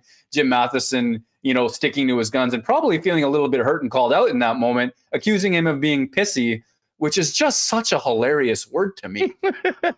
Like, I don't know how frequently or unfrequently Jim Matheson uses the word pissy. I don't know where, but there's something about it that just screams, my emotions are hurt right now, and that's the word that comes to mind. And now you have the exchange. It's the sort of thing that, man, if they were just one-on-one in a room, I'm sure they could sort out in a minute. But in that context, it was a fireworks exchange, and I think it speaks to something that we don't see maybe perhaps behind, and that's just me speculating. It gave the few people that are still actually doing sports radio every day in this city lots to talk about, and certainly some great sound bites for Sports Center. And it brings me back to what happened with Connor Hellebuck and Scott Billick a few weeks ago.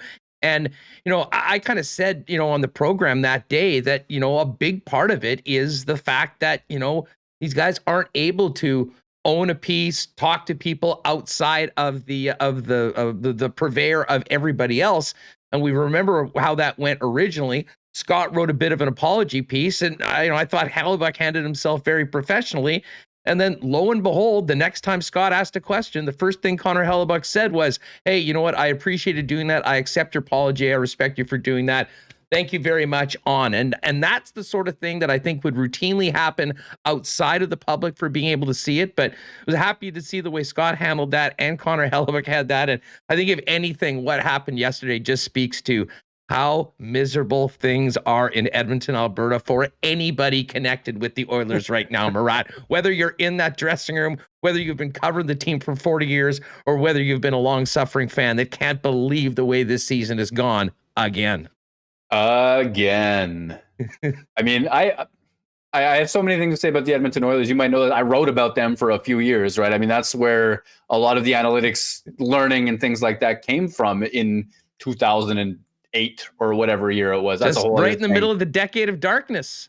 Absolutely. And I mean, one of the reasons is because they make so many decisions that seem to have no plot to them whatsoever. And I mean, whether that's Duncan Keith or whether that's, you remember when Connor McDavid was injured as a rookie? It was Brandon Manning, the Philadelphia Flyers defenseman, and it was not the cleanest play that you ever saw.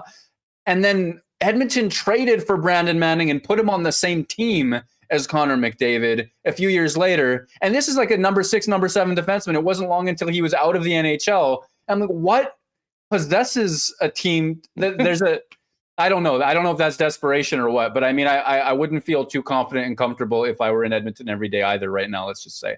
No doubt about it. Really looking forward to the game tomorrow. And then, of course, a big couple of matinees on the weekend.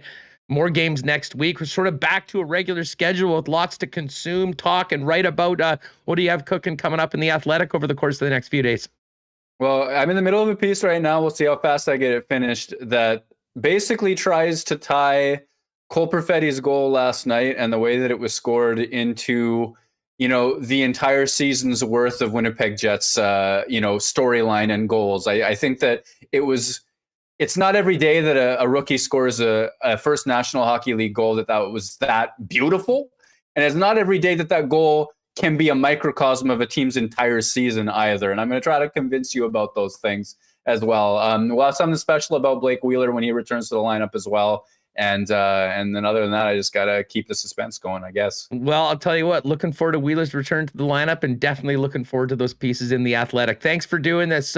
Go get your full cool down, maybe grab a protein shake, and we'll talk to you next week, man. Thanks so much for doing this. Right on. Thanks, Thanks for proving to the world I've exercised once. Hey, it's January. We'll see what this is still going on in February. Yeah, there's Murat. Give him a follow on Twitter at WPG Murat. And of course, subscribe and check out all of his great work in The Athletic and theathletic.com. All right. We are going to hear from Winnipeg Jets captain Blake Wheeler in just a moment. Before we do that, a big shout out to our friends over at Manitoba Battery. Yeah, you know what? Right back in the deep freeze, folks. And in the Winnipeg winter, if you don't have a battery that is good to go, you will not be good to go. Make sure you're charged up and ready for winter with a freshly cranked up or brand new battery from our friends at Manitoba Battery, locally owned. Donnie and the gang down there doing a great job taking care of the entire city in southern Manitoba. And of course, they've got the lowest prices on batteries in town, $89.50 with Core Exchange, as well as if you're not able to get down there to see them at 1026 Logan Avenue, they can get it to you. Give them a call. Let them know what you need, 204-783-8787, or find out more online at manitobabattery.com, where there's much more than just automotive batteries. All this snow we're getting, I know many of you want to get those sleds out. Make sure your sled battery is ready to go. All makes and models serviced by Manitoba Battery, usually in and around $65 to $75 for most makes of sleds. Manitoba Battery, 1026 Logan Avenue, and online at manitobabattery.com.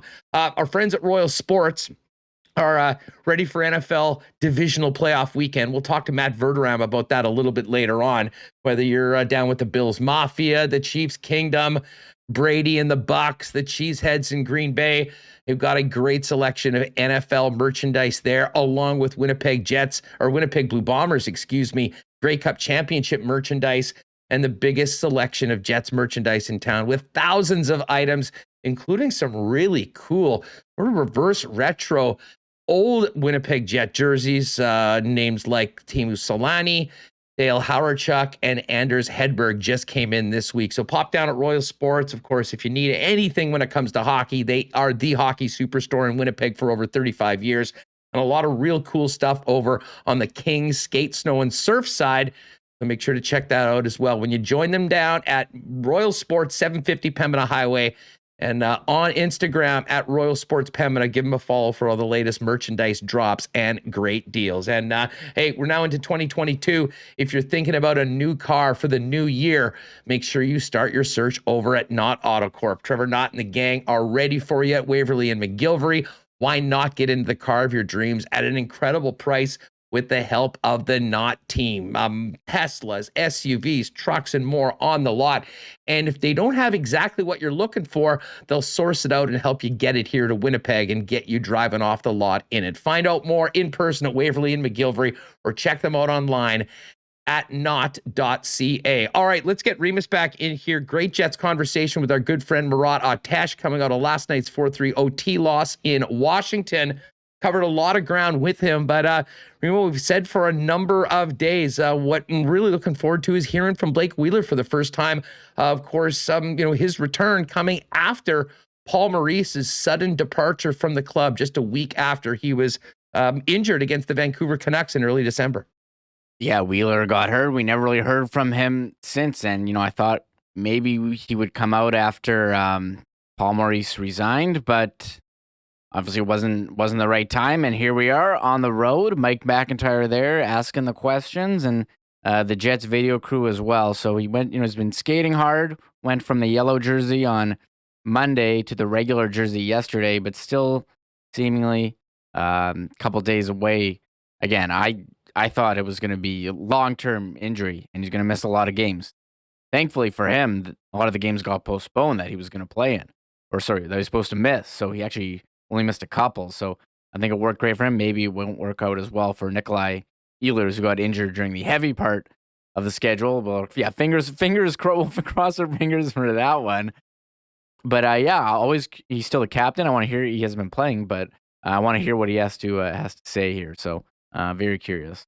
Are we good with it? Is it ready to go? Oh, I'm loaded up here. This isn't like one of those times where you call for it and I'm not ready. All right. Well, we've been waiting for it for a while. So finally, here are the first comments from Winnipeg Jet captain Blake Wheeler, who's getting closer to returning to the lineup. He spoke today after a practice and a whole bunch of extra work after practice as he gets ready to rejoin the Winnipeg Jets. But first comments since the departure of Paul Maurice last month. Here's Jets captain Blake Wheeler.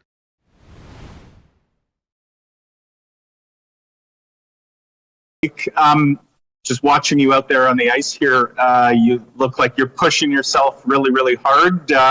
How's the body feeling, and are you confident that you can be good to go as early as tomorrow night? I feel really good. It was not exactly sure on a timeline. I mean, there's certain things, boxes I need to check off before I can get into a game.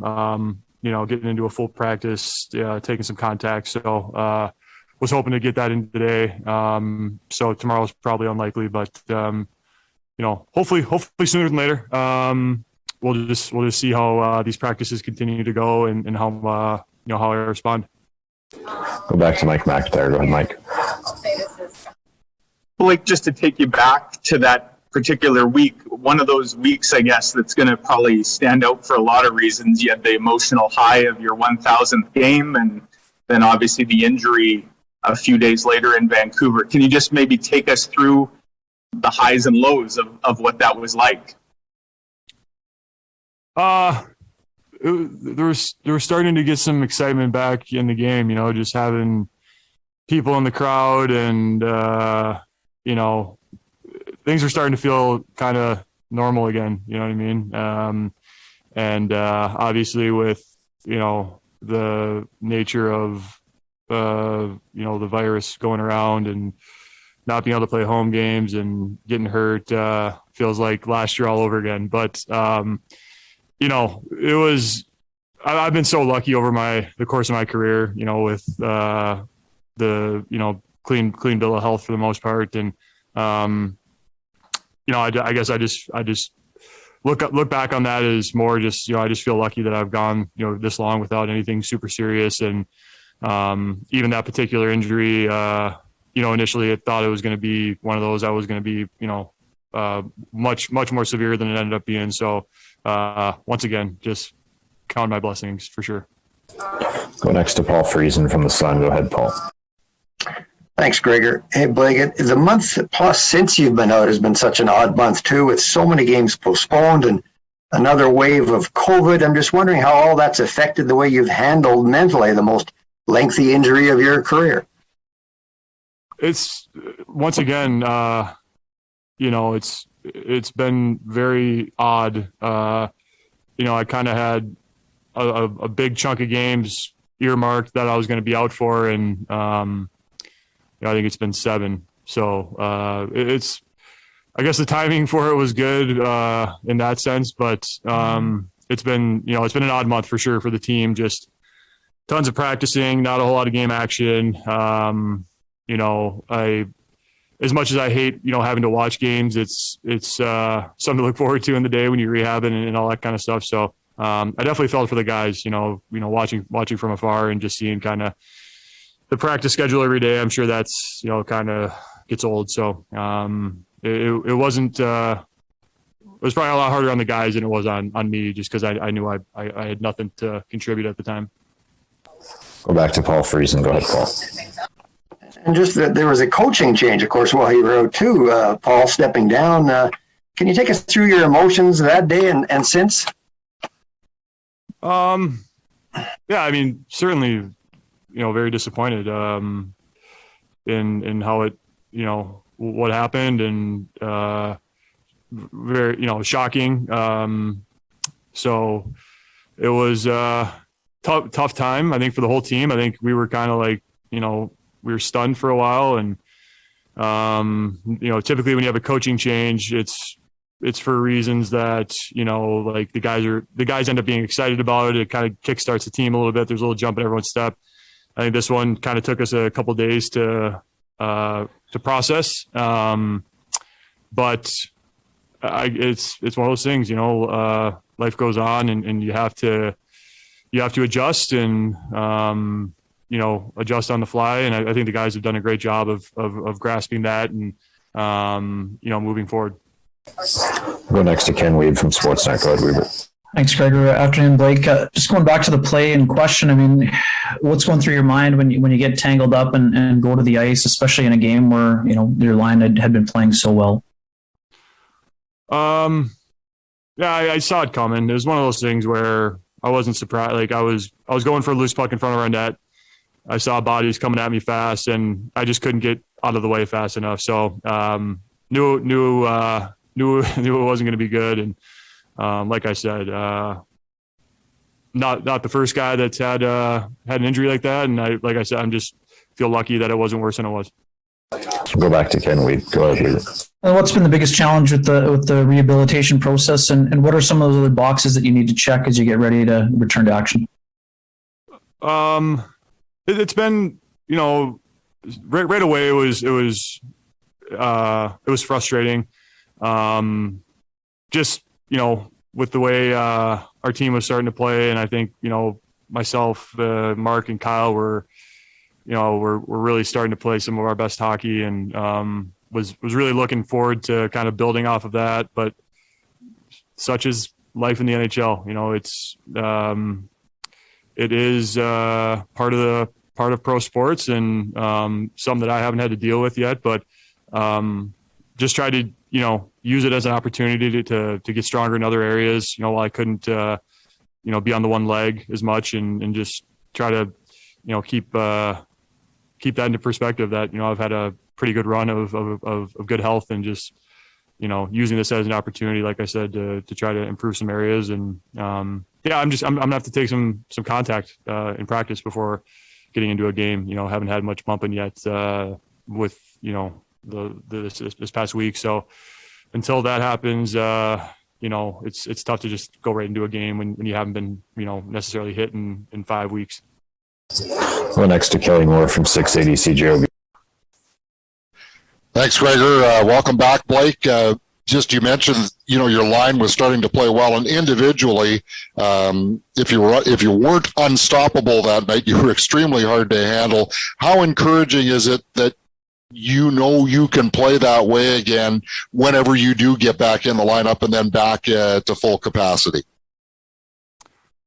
Yeah, I felt really good about my game for a while. Obviously, the goose egg in the goal department was a point of reference, for good reason. It's part of my job is to chip in, in the goal department. So there's going to, I've had stretches like that before in my career, maybe not quite that long, but something that, once again, happens to everyone. You just deal with it and use it, as that adversity to get better. But as far as my game, I thought for a month plus, it was right where I liked it. I felt good about where I was at, and just excited about continuing to build on it and build within our team. And I thought we had a lot of guys, playing well, and we still have a lot of guys playing well. And so now it's just about fitting back into the lineup whenever that happens. And trying to maximize whichever role I'm put in. We'll go next to Sean Reynolds from Sportsnet. Go ahead, Sean. Hey, Blake. I'm sure you've had a lot of time to sit and think about stuff when you've been out of the lineup. You've talked about what Paul has meant to your career in the past, but now that, his time as your head coach is over, can you give me an idea of what you think he, did to young Blake Wheeler, a couple of years ago, and what he's meant for you since? Yeah, Paul's he's an honest man. He's a good man. A guy that everyone that's ever played for him, you just respect him because the way he carries himself, the way he carries himself in the room, how he treats guys. I think that was for me the biggest thing that stood out. I didn't feel like I was just a pawn on the chessboard. I felt like I was cared about, and obviously our relationship behind closed doors was, we bounced a lot of things off each other and talked, a little bit just about the game and about everything else too. So, pretty rare in pro sports to come across a guy like that. I've found, and, he's somebody that I'll forever be grateful for, my time with him, and, just look back on it with a lot of great memories. Unfortunately, we didn't accomplish, the ultimate goals that we had set for our team together. But from the time Paul came in until today, I think we can all agree the Winnipeg Jets are quite a bit different than 8 years ago. So that's a testament to Paul Maurice and his leadership. And final question to Sean Reynolds. Go ahead, Sean.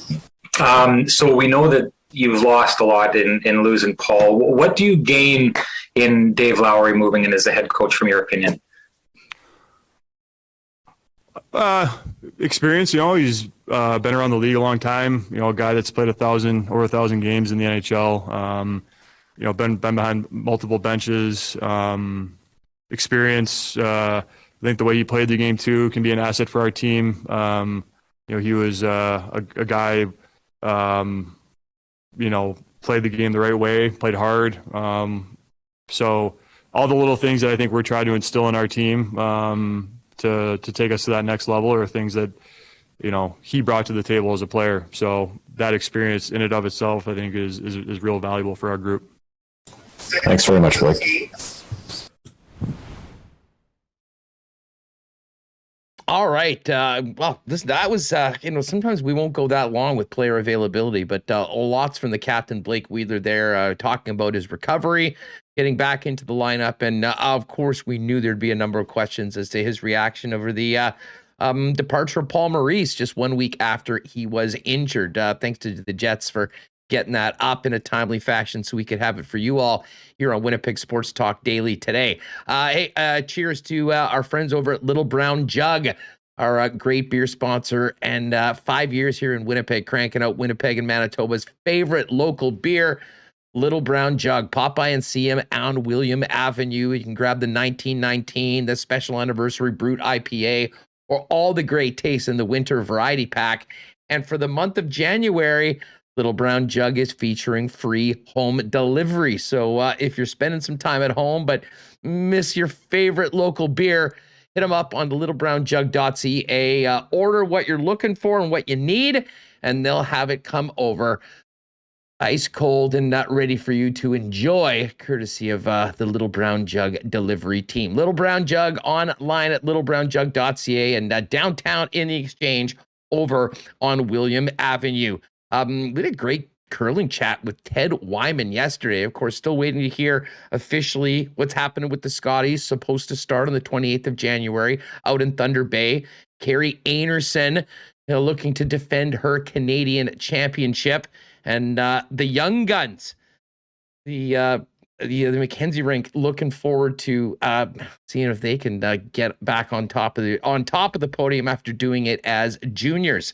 Of course, Princess Auto, proud sponsors of curling in Manitoba, and the place where you'll find the best deals on the most unique assortment of tools and equipment around. Everything you need to complete the projects on your list, or start something new is at Princess Auto.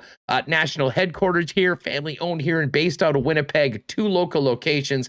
And of course, you can shop online 24/7, 365 at princessauto.com. And, quieter night tonight in the National Hockey League, but we're right back at it tomorrow on Thursday with the Jets and Nashville Predators at 7 o'clock. Great night to pop into your local Boston Pizza for the game. Enjoy those gourmet pizzas, Boston wings, ice cold schooners. And if you are staying home, call your local BP or go online to bostonpizza.com. Check out their game day deals.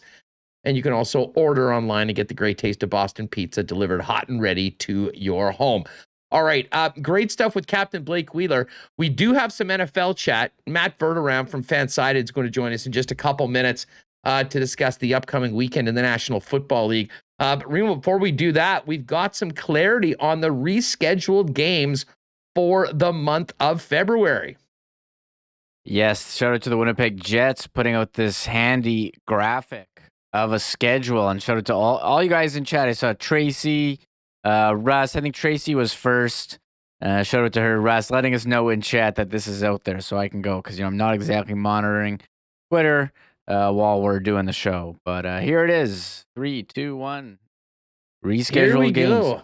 The rescheduled games. So the Jets had 6 home games to take care of, and they also had 3 games on the road. The All-Star game is on Saturday, the 5th of February. The team will get back together shortly after that and will host the Minnesota Wild on February 8th. That is the game. If you had tickets for December 27th, that will be the date. We're still, the good thing is there'll be a week from whatever health orders are, if there is a change, for them to figure out, who's going to be able to go. As we mentioned, next 2 games, only going to be 250 people in the building. Hopefully that will change somewhat going into the month of February. But as far as the schedule goes, then the game that was supposed to be on the road in Dallas on the 22nd of December will be made up Friday, February 11th. The game that was supposed to be in Nashville on the 21st of December will be made up the following day, Saturday night, February 12th, against the Nashville Predators. Next week, a very busy week for the Winnipeg Jets. Monday, February 14th, Valentine's Day, will be the makeup game for December 29th against the Chicago Blackhawks.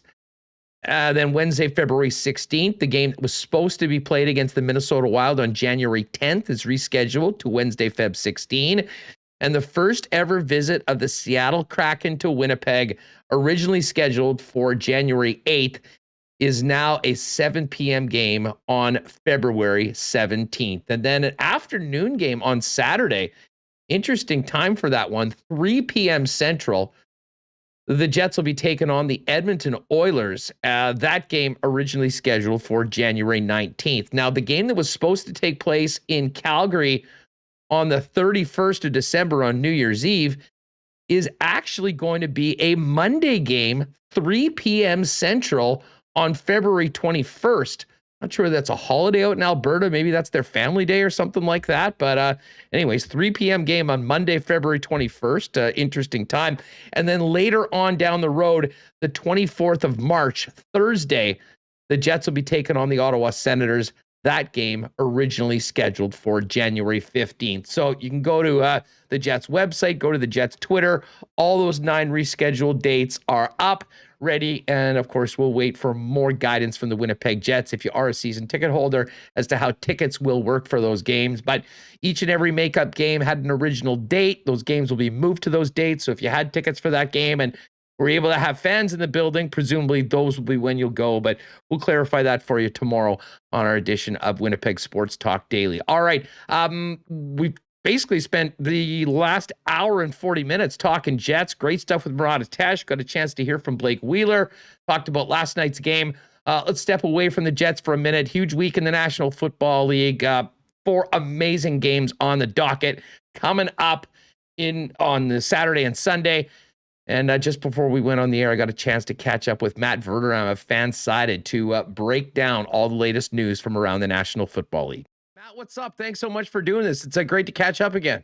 Hey, thanks for having me, Andrew. Appreciate it. What'd you think of Super Wildcard Weekend? I think as football fans, we all love the extra couple games. I'm not sure really whether the Steelers or Eagles belonged in the playoffs, but what'd you think of 3 days of playoff action to get things going? It was fun. I mean, it was a lot. I think it was a lot. And I think, look, yeah, you're right. Pittsburgh and Philadelphia. I think, do we really need Pittsburgh and Philadelphia? But we got them. And Kansas City and Tampa Bay really got them. But ultimately, it was an interesting weekend. And Dallas and San Francisco was the best game. I mean, Cincinnati and Las Vegas was interesting. Yeah, I think for a while you felt like that game was going to be a blowout. You know, it seemed like Cincinnati early had them on the ropes, and then it came back into focus. You had the officiating that was bizarre in that game, to say the least. But you had some blowouts too. You know, the Rams went easy, as do the Bills, the Chiefs, and the Bucks. So now we go into divisional weekend, which I have always felt is the best weekend of football on the NFL calendar. Well, yeah, no complaints and no disagreement here on that. You know, I believe it was Nick Wright who popped this out a couple days ago, and I'm interested in your thoughts on that. Are the Chiefs better off for having that little tune-up, warm-up game, if you will, against the Steelers going into the weekend against the Bills than if they'd been sitting on the sidelines? And I guess the same thing goes for the Buccaneers. You know, it's funny. I heard Nick say that, and I like Nick. He's been on the podcast before, and I thought he was crazy. But actually, the way it played out, I agree with it. Now, had they have lost some guys to injury, it would have been a ridiculous scenario. But they didn't. They come out of the game healthy. Yeah, I actually think in a weird way it kind of does help Kansas City because they did not play their best football the last 2 weeks. They were so good down the stretch, and then they lose to Cincinnati. They beat Denver, but it was really a game where they didn't look like themselves. Hill was in and out of the lineup with a heel injury. That Pittsburgh game, the last 40 minutes especially, they looked like them. They were just ripping up Pittsburgh secondary up and down the field. They have all the swagger in the world now. And so, look, I think for Buffalo, Buffalo's a great team. I think it's the best game of the weekend. But that is going to be a tall order going in there and beating them. They already did it in week 5. Can they do it again? Can they do it twice in one season? It's hard. It's hard to do. And the Chiefs certainly have to feel very good about the way they're playing. Speaking of the Bills, I mean, as someone that's, has been tormented by the Patriots dynasty for the better part of 20 years, even though I had them plus 4.5, there was something wonderful about seeing them get plastered the way they did. But I mean, how stunned were you by that? I mean, that's Bill Belichick. That's a Bill Belichick defense. And I mean, I don't know if you can get better than a touchdown every single time you touch the ball. No, it was incredible. I said a few times after the game, and I wrote about it as well. I thought that Bills game, I thought it was the best I'd ever seen a football team play. The Bills were perfect. They're perfect in everything they did. Allen had 4 incompletions, I think, the whole day, averaged over 12 yards an attempt. They scored a touchdown at every drive they had, except for the last one where they knelt on it. It was remarkable. And Belichick, look, I thought the Bills would win, but I thought it would be close because of Belichick. I figured, look, they'll do some things. They'll throw some wrinkles at them. They'll keep it close. They did not keep it close. That was as thorough a beating as a Belichick team has ever taken. And if you're the Bills, you got to feel incredibly confident now. You're going to Kansas City where, yes, you lost the AFC title game last year, but you also won there earlier this year, and you won convincingly. So that's why I think it's the best game of the weekend. I really feel like those two teams are maybe the 2 best teams in football. I mean, I think Green Bay deserves to be in that mix as well. Tampa Bay is a defending champ. But Kansas City and Buffalo, nobody's playing better than those teams right now. Well, and of course, that'll be the main event on Sunday, and we may as well just get right into that game right now. You mentioned week 5. It was kind of funny. The Chiefs, for all the way they played down the stretch, lost all the remaining teams in the AFC right now. Yeah. With, of course, the Titans, the Bengals, and the Bills. What do you remember of the week 5 game, Matt? And what can we take away from that as it pertains to the rematch to go to the AFC Championship game on the weekend? You know, I actually rewatched it on Monday night because I wanted to kind of reestablish it in my head. I thought the biggest difference in the game was Buffalo just played with an intensity of a team that wanted revenge, and the Chiefs played with an intensity like it was week 5. And that's not the anyway for the Bills. The Bills, in fact, it's a compliment. They played great. They played hard. I thought the Chiefs didn't rise up to the occasion. The biggest difference probably on both sides, the Bills don't have Tre'Davious White, who's, of course, out with the torn ACL. That's a big deal. He traveled with Hill some in that game. Not all the time. Teron Johnson was on him plenty as well. And the Chiefs, they were missing a lot of guys who now are there defensively. You know, they did not have Chris Jones in that game. They did not have Charvarius Ward, who's their best corner. They did not have Melvin Ingram, who they then traded for about a month later. There were other guys in that game who were active but didn't play much. Willie Gay was coming off injury. Juan Thornhill was kind of in the doghouse early in the year, which led to Dan Sorensen playing a ton. Sorensen famously in that game got torched multiple times down the field. I doubt you'll see him playing deep safety this game. It'll be Thornhill, who's a much better, agile, younger player. I think the big key in this game to me is, can Allen run the way he's been running? If he can, and he ran, by the way, well that night. He had 59 yards, and he had over 60 before he knelt down a few times. Can Allen take off with his legs and do what he's been doing down the stretch? If he can, I think it's a very, very good game. If the Chiefs can keep him in the pocket, not that he can't win, and he's obviously got a great arm, but I think if you're the Chiefs and you keep him in that pocket and you force him to throw, I think the Chiefs feel like they can match up to some degree down the field. I think that's the biggest key of the game for both sides. Do you think Spags changes his approach defensively? I mean, he has been, especially, I think back to the Cincinnati game a couple of weeks ago. I mean, even with what Jamar Chase was doing, he was routinely out there in single coverage. That's something that Buffalo's had a lot of success over the course of the year, and especially lately, certainly looking back to the weekend. Do you think there'll be a different defensive approach from Kansas City when it comes to what the Bills are bringing to the Arrowhead? I think they'll roll a little bit of coverage with zone and man, but the Chiefs play man. That's what they do. That's who they are. I have a feeling in this game, they're going to be very physical. They are going to dare the officials to call penalties in this game. And look, John Hussey's the official. Nobody's called fewer penalties on pass interference than Hussey's crew. Now, this is an all-star crew. It's different from the regular season, right? There are different guys in there. So how much does that hold the water? Tough to say. But I expect that the Chiefs will play a lot of press man. They will challenge Allen to make tight window throws. Now, God knows he's got the arm strength to do it. But I think that's how they'll play. Now, they do mix in zone. They will do that. But at their core, the Chiefs are a man defense. That's how they want to play. I would expect that on third down, they will try to double Diggs, try to take him away on a third down play, on any in-breaking routes. I think the Chiefs, a lot of what Chase did in that game, where he throws down the boundary, and he was incredible with it. You'll get a lot of single coverage on the boundary with Kansas City. On routes inside the numbers that break in, the Chiefs like to use their safeties to kind of create a double team. So I'm curious to see if the Bills will try to throw those go balls down the sideline as Cincinnati did, where Cincinnati had a lot of success doing that. Dallas, when they played him earlier in the year, they didn't have Cooper in that game. They had Lamb. They tried to throw down the field. The Chiefs were able to stifle him. I expect man coverage in the game with a little bit of zone mixed in. I don't think they'll blitz him a ton. I think they'll try to get home with 4. They'll play some coverage and hope to get some stops that way. The other AFC game is the game that'll kick things off on the weekend, and that is the Bengals going to the Titans, the team that had the 1 seed. They're hoping to get Derrick Henry back. The Bengals keep this thing going. We know Joe Burrow's a big game quarterback and looked phenomenal last week, but is their team good enough to beat Mike Vrabel's squad? They are. I like Tennessee in the game for a few reasons. Look, Tennessee's got more experience. They're off a bye. They're at home, and they've been disrespected all week. In fact, the last couple of weeks. Everybody acts like Tennessee is just some speed bump for a good team. The Titans have beaten a lot of good football teams this year. They beat the Colts twice. They beat the Chiefs. They beat the Bills. They beat the Rams. They beat the Niners. And yet people just act like they're nonsense. And maybe that's because they have some bad losses too. They lost to the Jets. They lost to Houston. If Henry can't be Derrick Henry, then I think it changes the equation of everything. Then all of a sudden, Tannehill's got to throw. Their line's not that good. But Cincinnati's line struggles. That's the one weak spot with them especially, is their offensive line's not good. Tennessee's got a good front. I think they'll get some pressure. I think it's a good game. I think it's tight. But I like Tennessee in a close game. Matt Verderame, FanSided with us here on Winnipeg Sports Talk, getting ready for the divisional playoff weekend of the National Football League. Hey, just going back to last week, we joked all week about just the ability to bet against Mike McCarthy in the playoffs was exciting. Yes.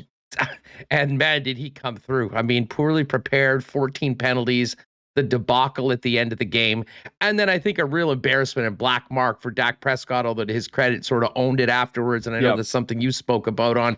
I mean, you can't be encouraging people to throw trash at the refs if you don't like a call. What did you make of the end of Cowboys season? And what does that do for Mike McCarthy going into this offseason? Well, I think, look, McCarthy apparently is going to be back. But at the same point, it's one of those things where you sit down and say, you led the league in penalties all year. Then you come out and you take 14 penalties in a playoff game at home. And then he's blaming the officiating afterwards. Well, went against us. You took half a dozen pre-snap penalties. Anyone with eyes could call those. I mean, that has nothing to do. That's not a judgment call. You can't get lined up. You run a fake punt, and then afterwards take a delay game because your punt team's still out on the field. I've never seen that happen ever. I've never seen that happen in a preseason game. And then afterwards, as you mentioned, Dak is saying, hey, look, the fans are basically a right to throw garbage at the officials. And yes, you walked it back. It's a horrible look. It's a bad move. It's classless. And look, you would not see, and I think it speaks to the culture in Dallas, you would not see that happen in New England. Say whatever you want about Belichick, that would never happen, ever, in a million years. That would never happen with Mike Tomlin. That would never happen with Andy Reid and Patrick Mahomes. To be fair, that wouldn't happen with Sean McVay. You would never see that. And yet after the game, they're blaming everybody but themselves. You lost the game because you got down 23-7 with a quarterback who's got a shoulder and a thumb injury. You are at home. You can't do anything in the game. The Cowboys, I don't expect them to change much because they're the Cowboys. I expect them to come back next year, probably win that division again because it's terrible, go back into the playoffs, play a team that's well coached, and lose to them because they just cannot figure it out. They cannot get the right culture in that building. And by the way, to be very blunt, starts at the top, all the way at the top. Doesn't just start with Mike McCarthy. Yeah, well, and we know that Jerry is the judge, jury, and executioner of all things Cowboys down there in Dallas. Right. What were your takeaways from the Niners? I was so impressed with the way they finished the season, that comeback against the Rams to get into the playoffs. Thought they'd be a very tough out and would very potentially beat Dallas. But I'll tell you what, I mean, I think coming out of that game, you had to feel a little bit leery the way Jimmy G and the Niners basically opened the door wide open to get the Cowboys back in a game that they frankly had no business being in. Well, that's just it with Garoppolo. You always have to almost bake in that one throw a game where you're like, oh, why? What is he doing? Like, what is he looking at? And Shanahan had a couple moments in that game where you're like, well, that's why you had your moments in the Super Bowl that weren't exactly positive. Like, just bizarre decisions. But I got to say, look, they're beat up and the Packers should win, but that's a weird matchup if you're Green Bay. Like, the Niners can pound the ball and they're more than happy to do it. And what is the one thing with the Packers that they struggle with? They cannot stop people from running the ball. I look at that Christmas Day game against Cleveland. Mayfield threw 4 picks. He was awful. The Browns should have won that game because they just ran the ball at him all afternoon. Can the Niners do the same thing and avoid the turnovers? Now, Warner, can he play? Bosa, can he play? I mean, they're going to need all hands on deck. They're going to need those guys. But if they're there and they're them, I think they're real live dogs in the game. I think the Niners can hang in there. The question just becomes for me, is it about health? And then with Garoppolo, can he avoid the big mistake? Or does he just have 1 or 2 throws to get away from him? And, against the Packers, that's probably ball game. So it'll be interesting to see. But I got to say, that's the first time I've ever picked all the wild card games right, ever. And I only bring that up because it'll probably never happen again. But I could never even do it when they had 4 games. So I think this weekend, I like all the favorites in these games. I really do. But I will say, any of the underdogs could win, and I wouldn't be surprised. Well, and speaking of those underdogs, I'll ask you about the Rams because, I mean, they've got some momentum. They look phenomenal against an Arizona team that, didn't seem to be prepared, didn't seem ready for prime time, and it was a mismatch and a laugher in the second half. They're going to Tampa. What do you make of the Rams on the road? And how different is this Tampa Bay team going into next weekend than the one we saw for the majority of the season? And, of course, winning the Super Bowl last year. And I'll tell you what, the offensive weapons certainly are quite different. Different. And I worry about, I worry about the Buccaneers in that regard. Like, Tristan Wirfs, is he going to be healthy? I don't know. Last we heard, he's in a walking boot. Ryan Jensen, is he going to be healthy? No, against the Rams, that's a real problem with Floyd and Donald and Miller and everybody else coming up front, right? I mean, that's a big issue. You worry about, can Ramsey shut down Evans and basically force them to go to all these other B-level receivers and to Gronk? Can they run against the Rams, who might be able to win up front? Look, I can't, and I'm going to write my picks out today for tomorrow morning at FanSided. I cannot, in my head, rectify that I think Stafford's going to beat Brady in a playoff game in his building. I just can't do it. But the matchups lean toward the Rams in a lot of ways. They really do. Like, the Bucs have struggled all year to cover. Who's covering Kupp and who's covering Beckham in this game? The one concern, though, I do have for the Rams, I think it's a very real one and a serious one. If they can get pressure on Stafford, and Bowles is all about pressure, does he just throw a couple of up-for-grabs picks? That has been his MO his whole career, that he will throw picks. You can get him to make a mistake. If he doesn't make a mistake in this game, I think the Rams will beat him. But I don't know that he'll avoid those mistakes. I also think it doesn't matter. They played Monday night. They're out on the West Coast. They got to come all the way across the country on a short week and play Tampa, who's got the rest advantage by almost 2 full days. So I think it's a toss-up of the game. But of all the underdogs this weekend, I think the Rams have the best shot. And then I'd say the Bills are like a 1B there.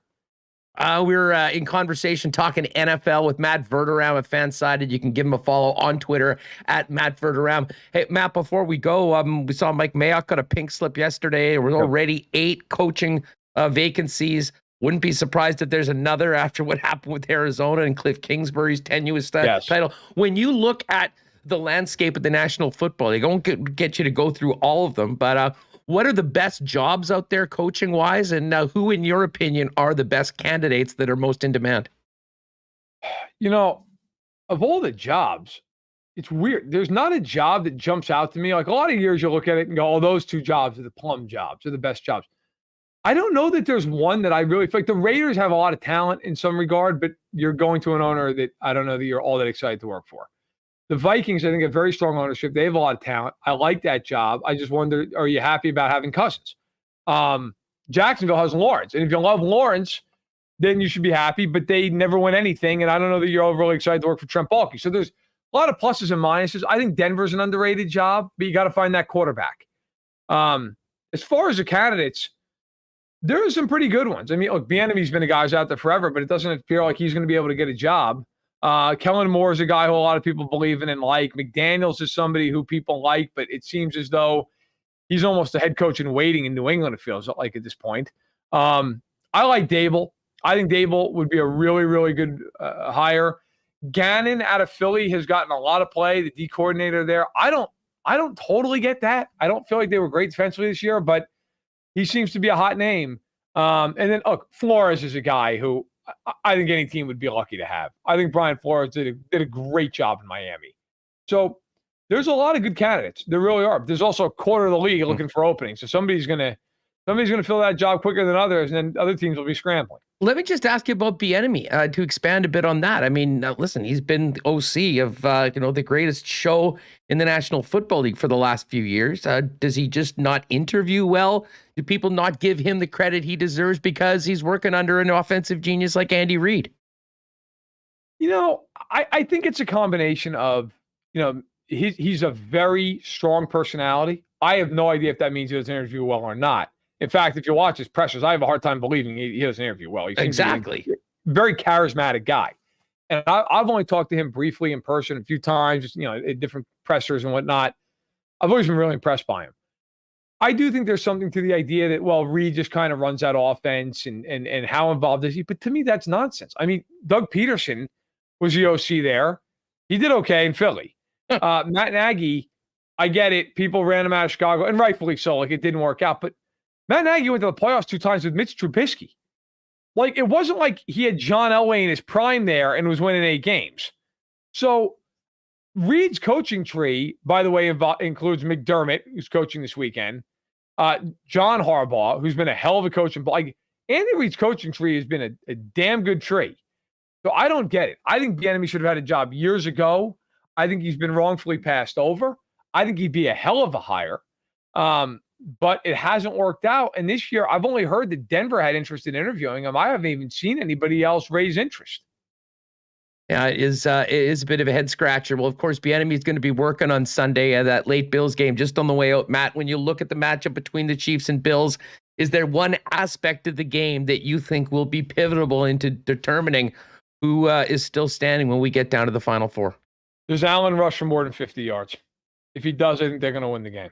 If he doesn't, I think Kansas City can handle the weaponry of Buffalo. Buffalo's got a great player in Diggs, but Beasley's not been the same player he was a year ago.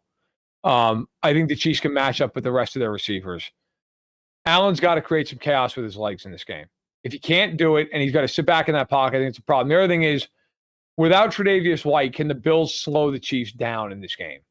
Mahomes, he's almost irrepressible. Like at some point, it's coming. He's going to make 2 or 3 throws. You just go, nothing you can do.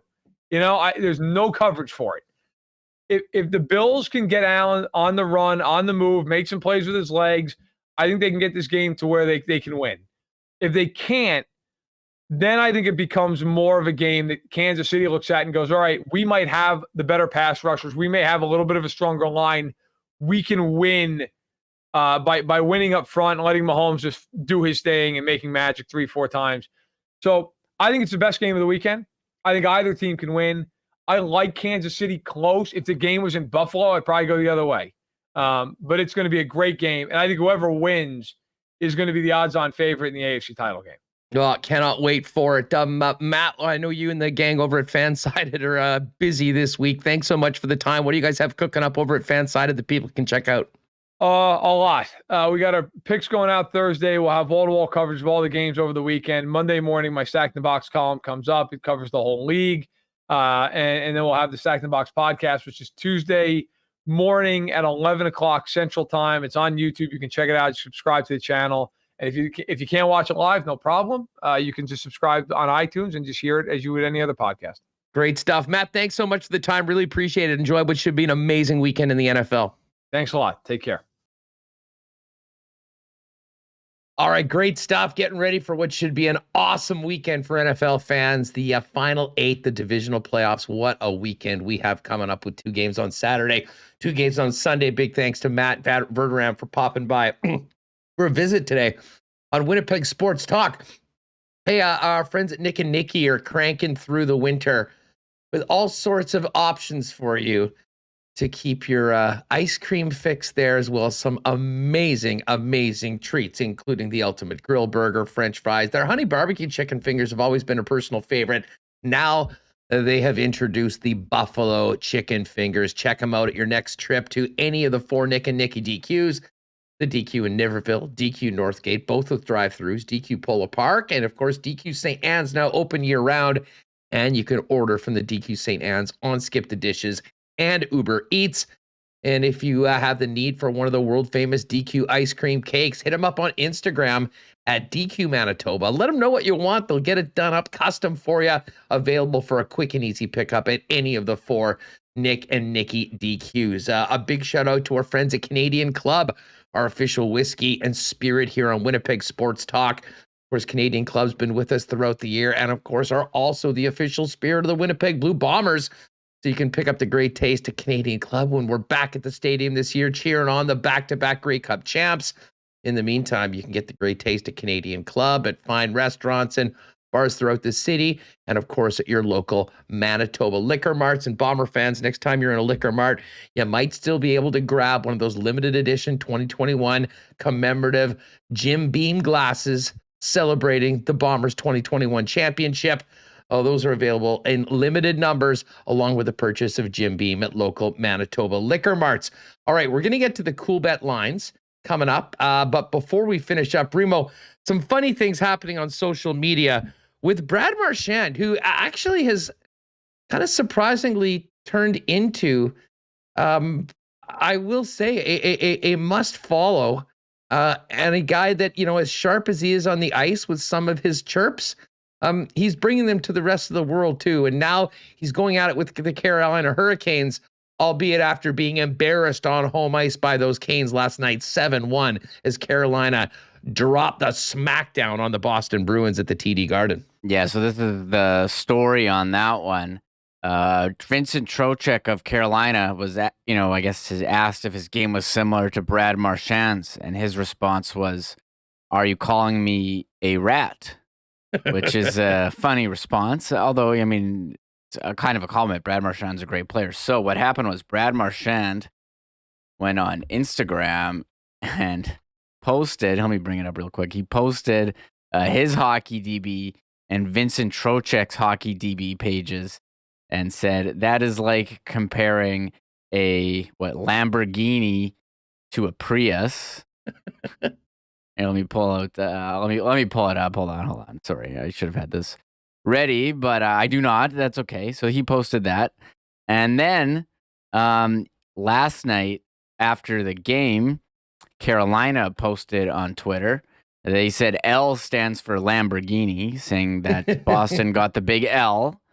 Funny. Okay, Brad Marchand pipes back. You're the reason we pay 20% in escrow. Mic drop, Brad Marchand on the Carolina Hurricanes. Incredible burn. Well done, Brad Marchand, getting mad at those teams that just can't generate the revenue. So they each get their equal share. So well done. Brad Marchand becoming everyone's favorite tweeter. I don't think I follow him. No, I do. I follow him. He's a brat, true, but he's a hell of a hockey player, and he's an entertaining follow, and I'm here for all of this back and forth between Marchand and the Carolina Hurricanes. All right, let's get to the Coolbet lines for today. And in the National Hockey League, we only have 3 games. It was a busy night last night. Wow, heavyweight tilt. The Arizona Coyotes going up against the New Jersey Devils. The Devils not going to be a minus 196 home favorite very often, but of course, when you're hosting one of the worst teams in the league, you'll get that love. Arizona plus 166 if you think they can maybe pull out a win. A great matchup between the Rangers and the Leafs.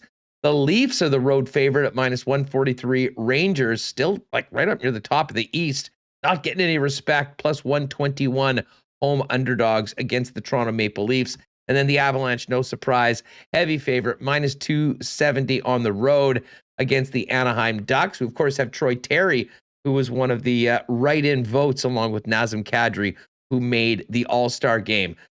Big selection of men's and women's Aussie Open selections to bet. If you go to the golf for the FedEx, our guy P. Greggy has a special to make the cut boosted odds parlay for the Amex, so you can check that out.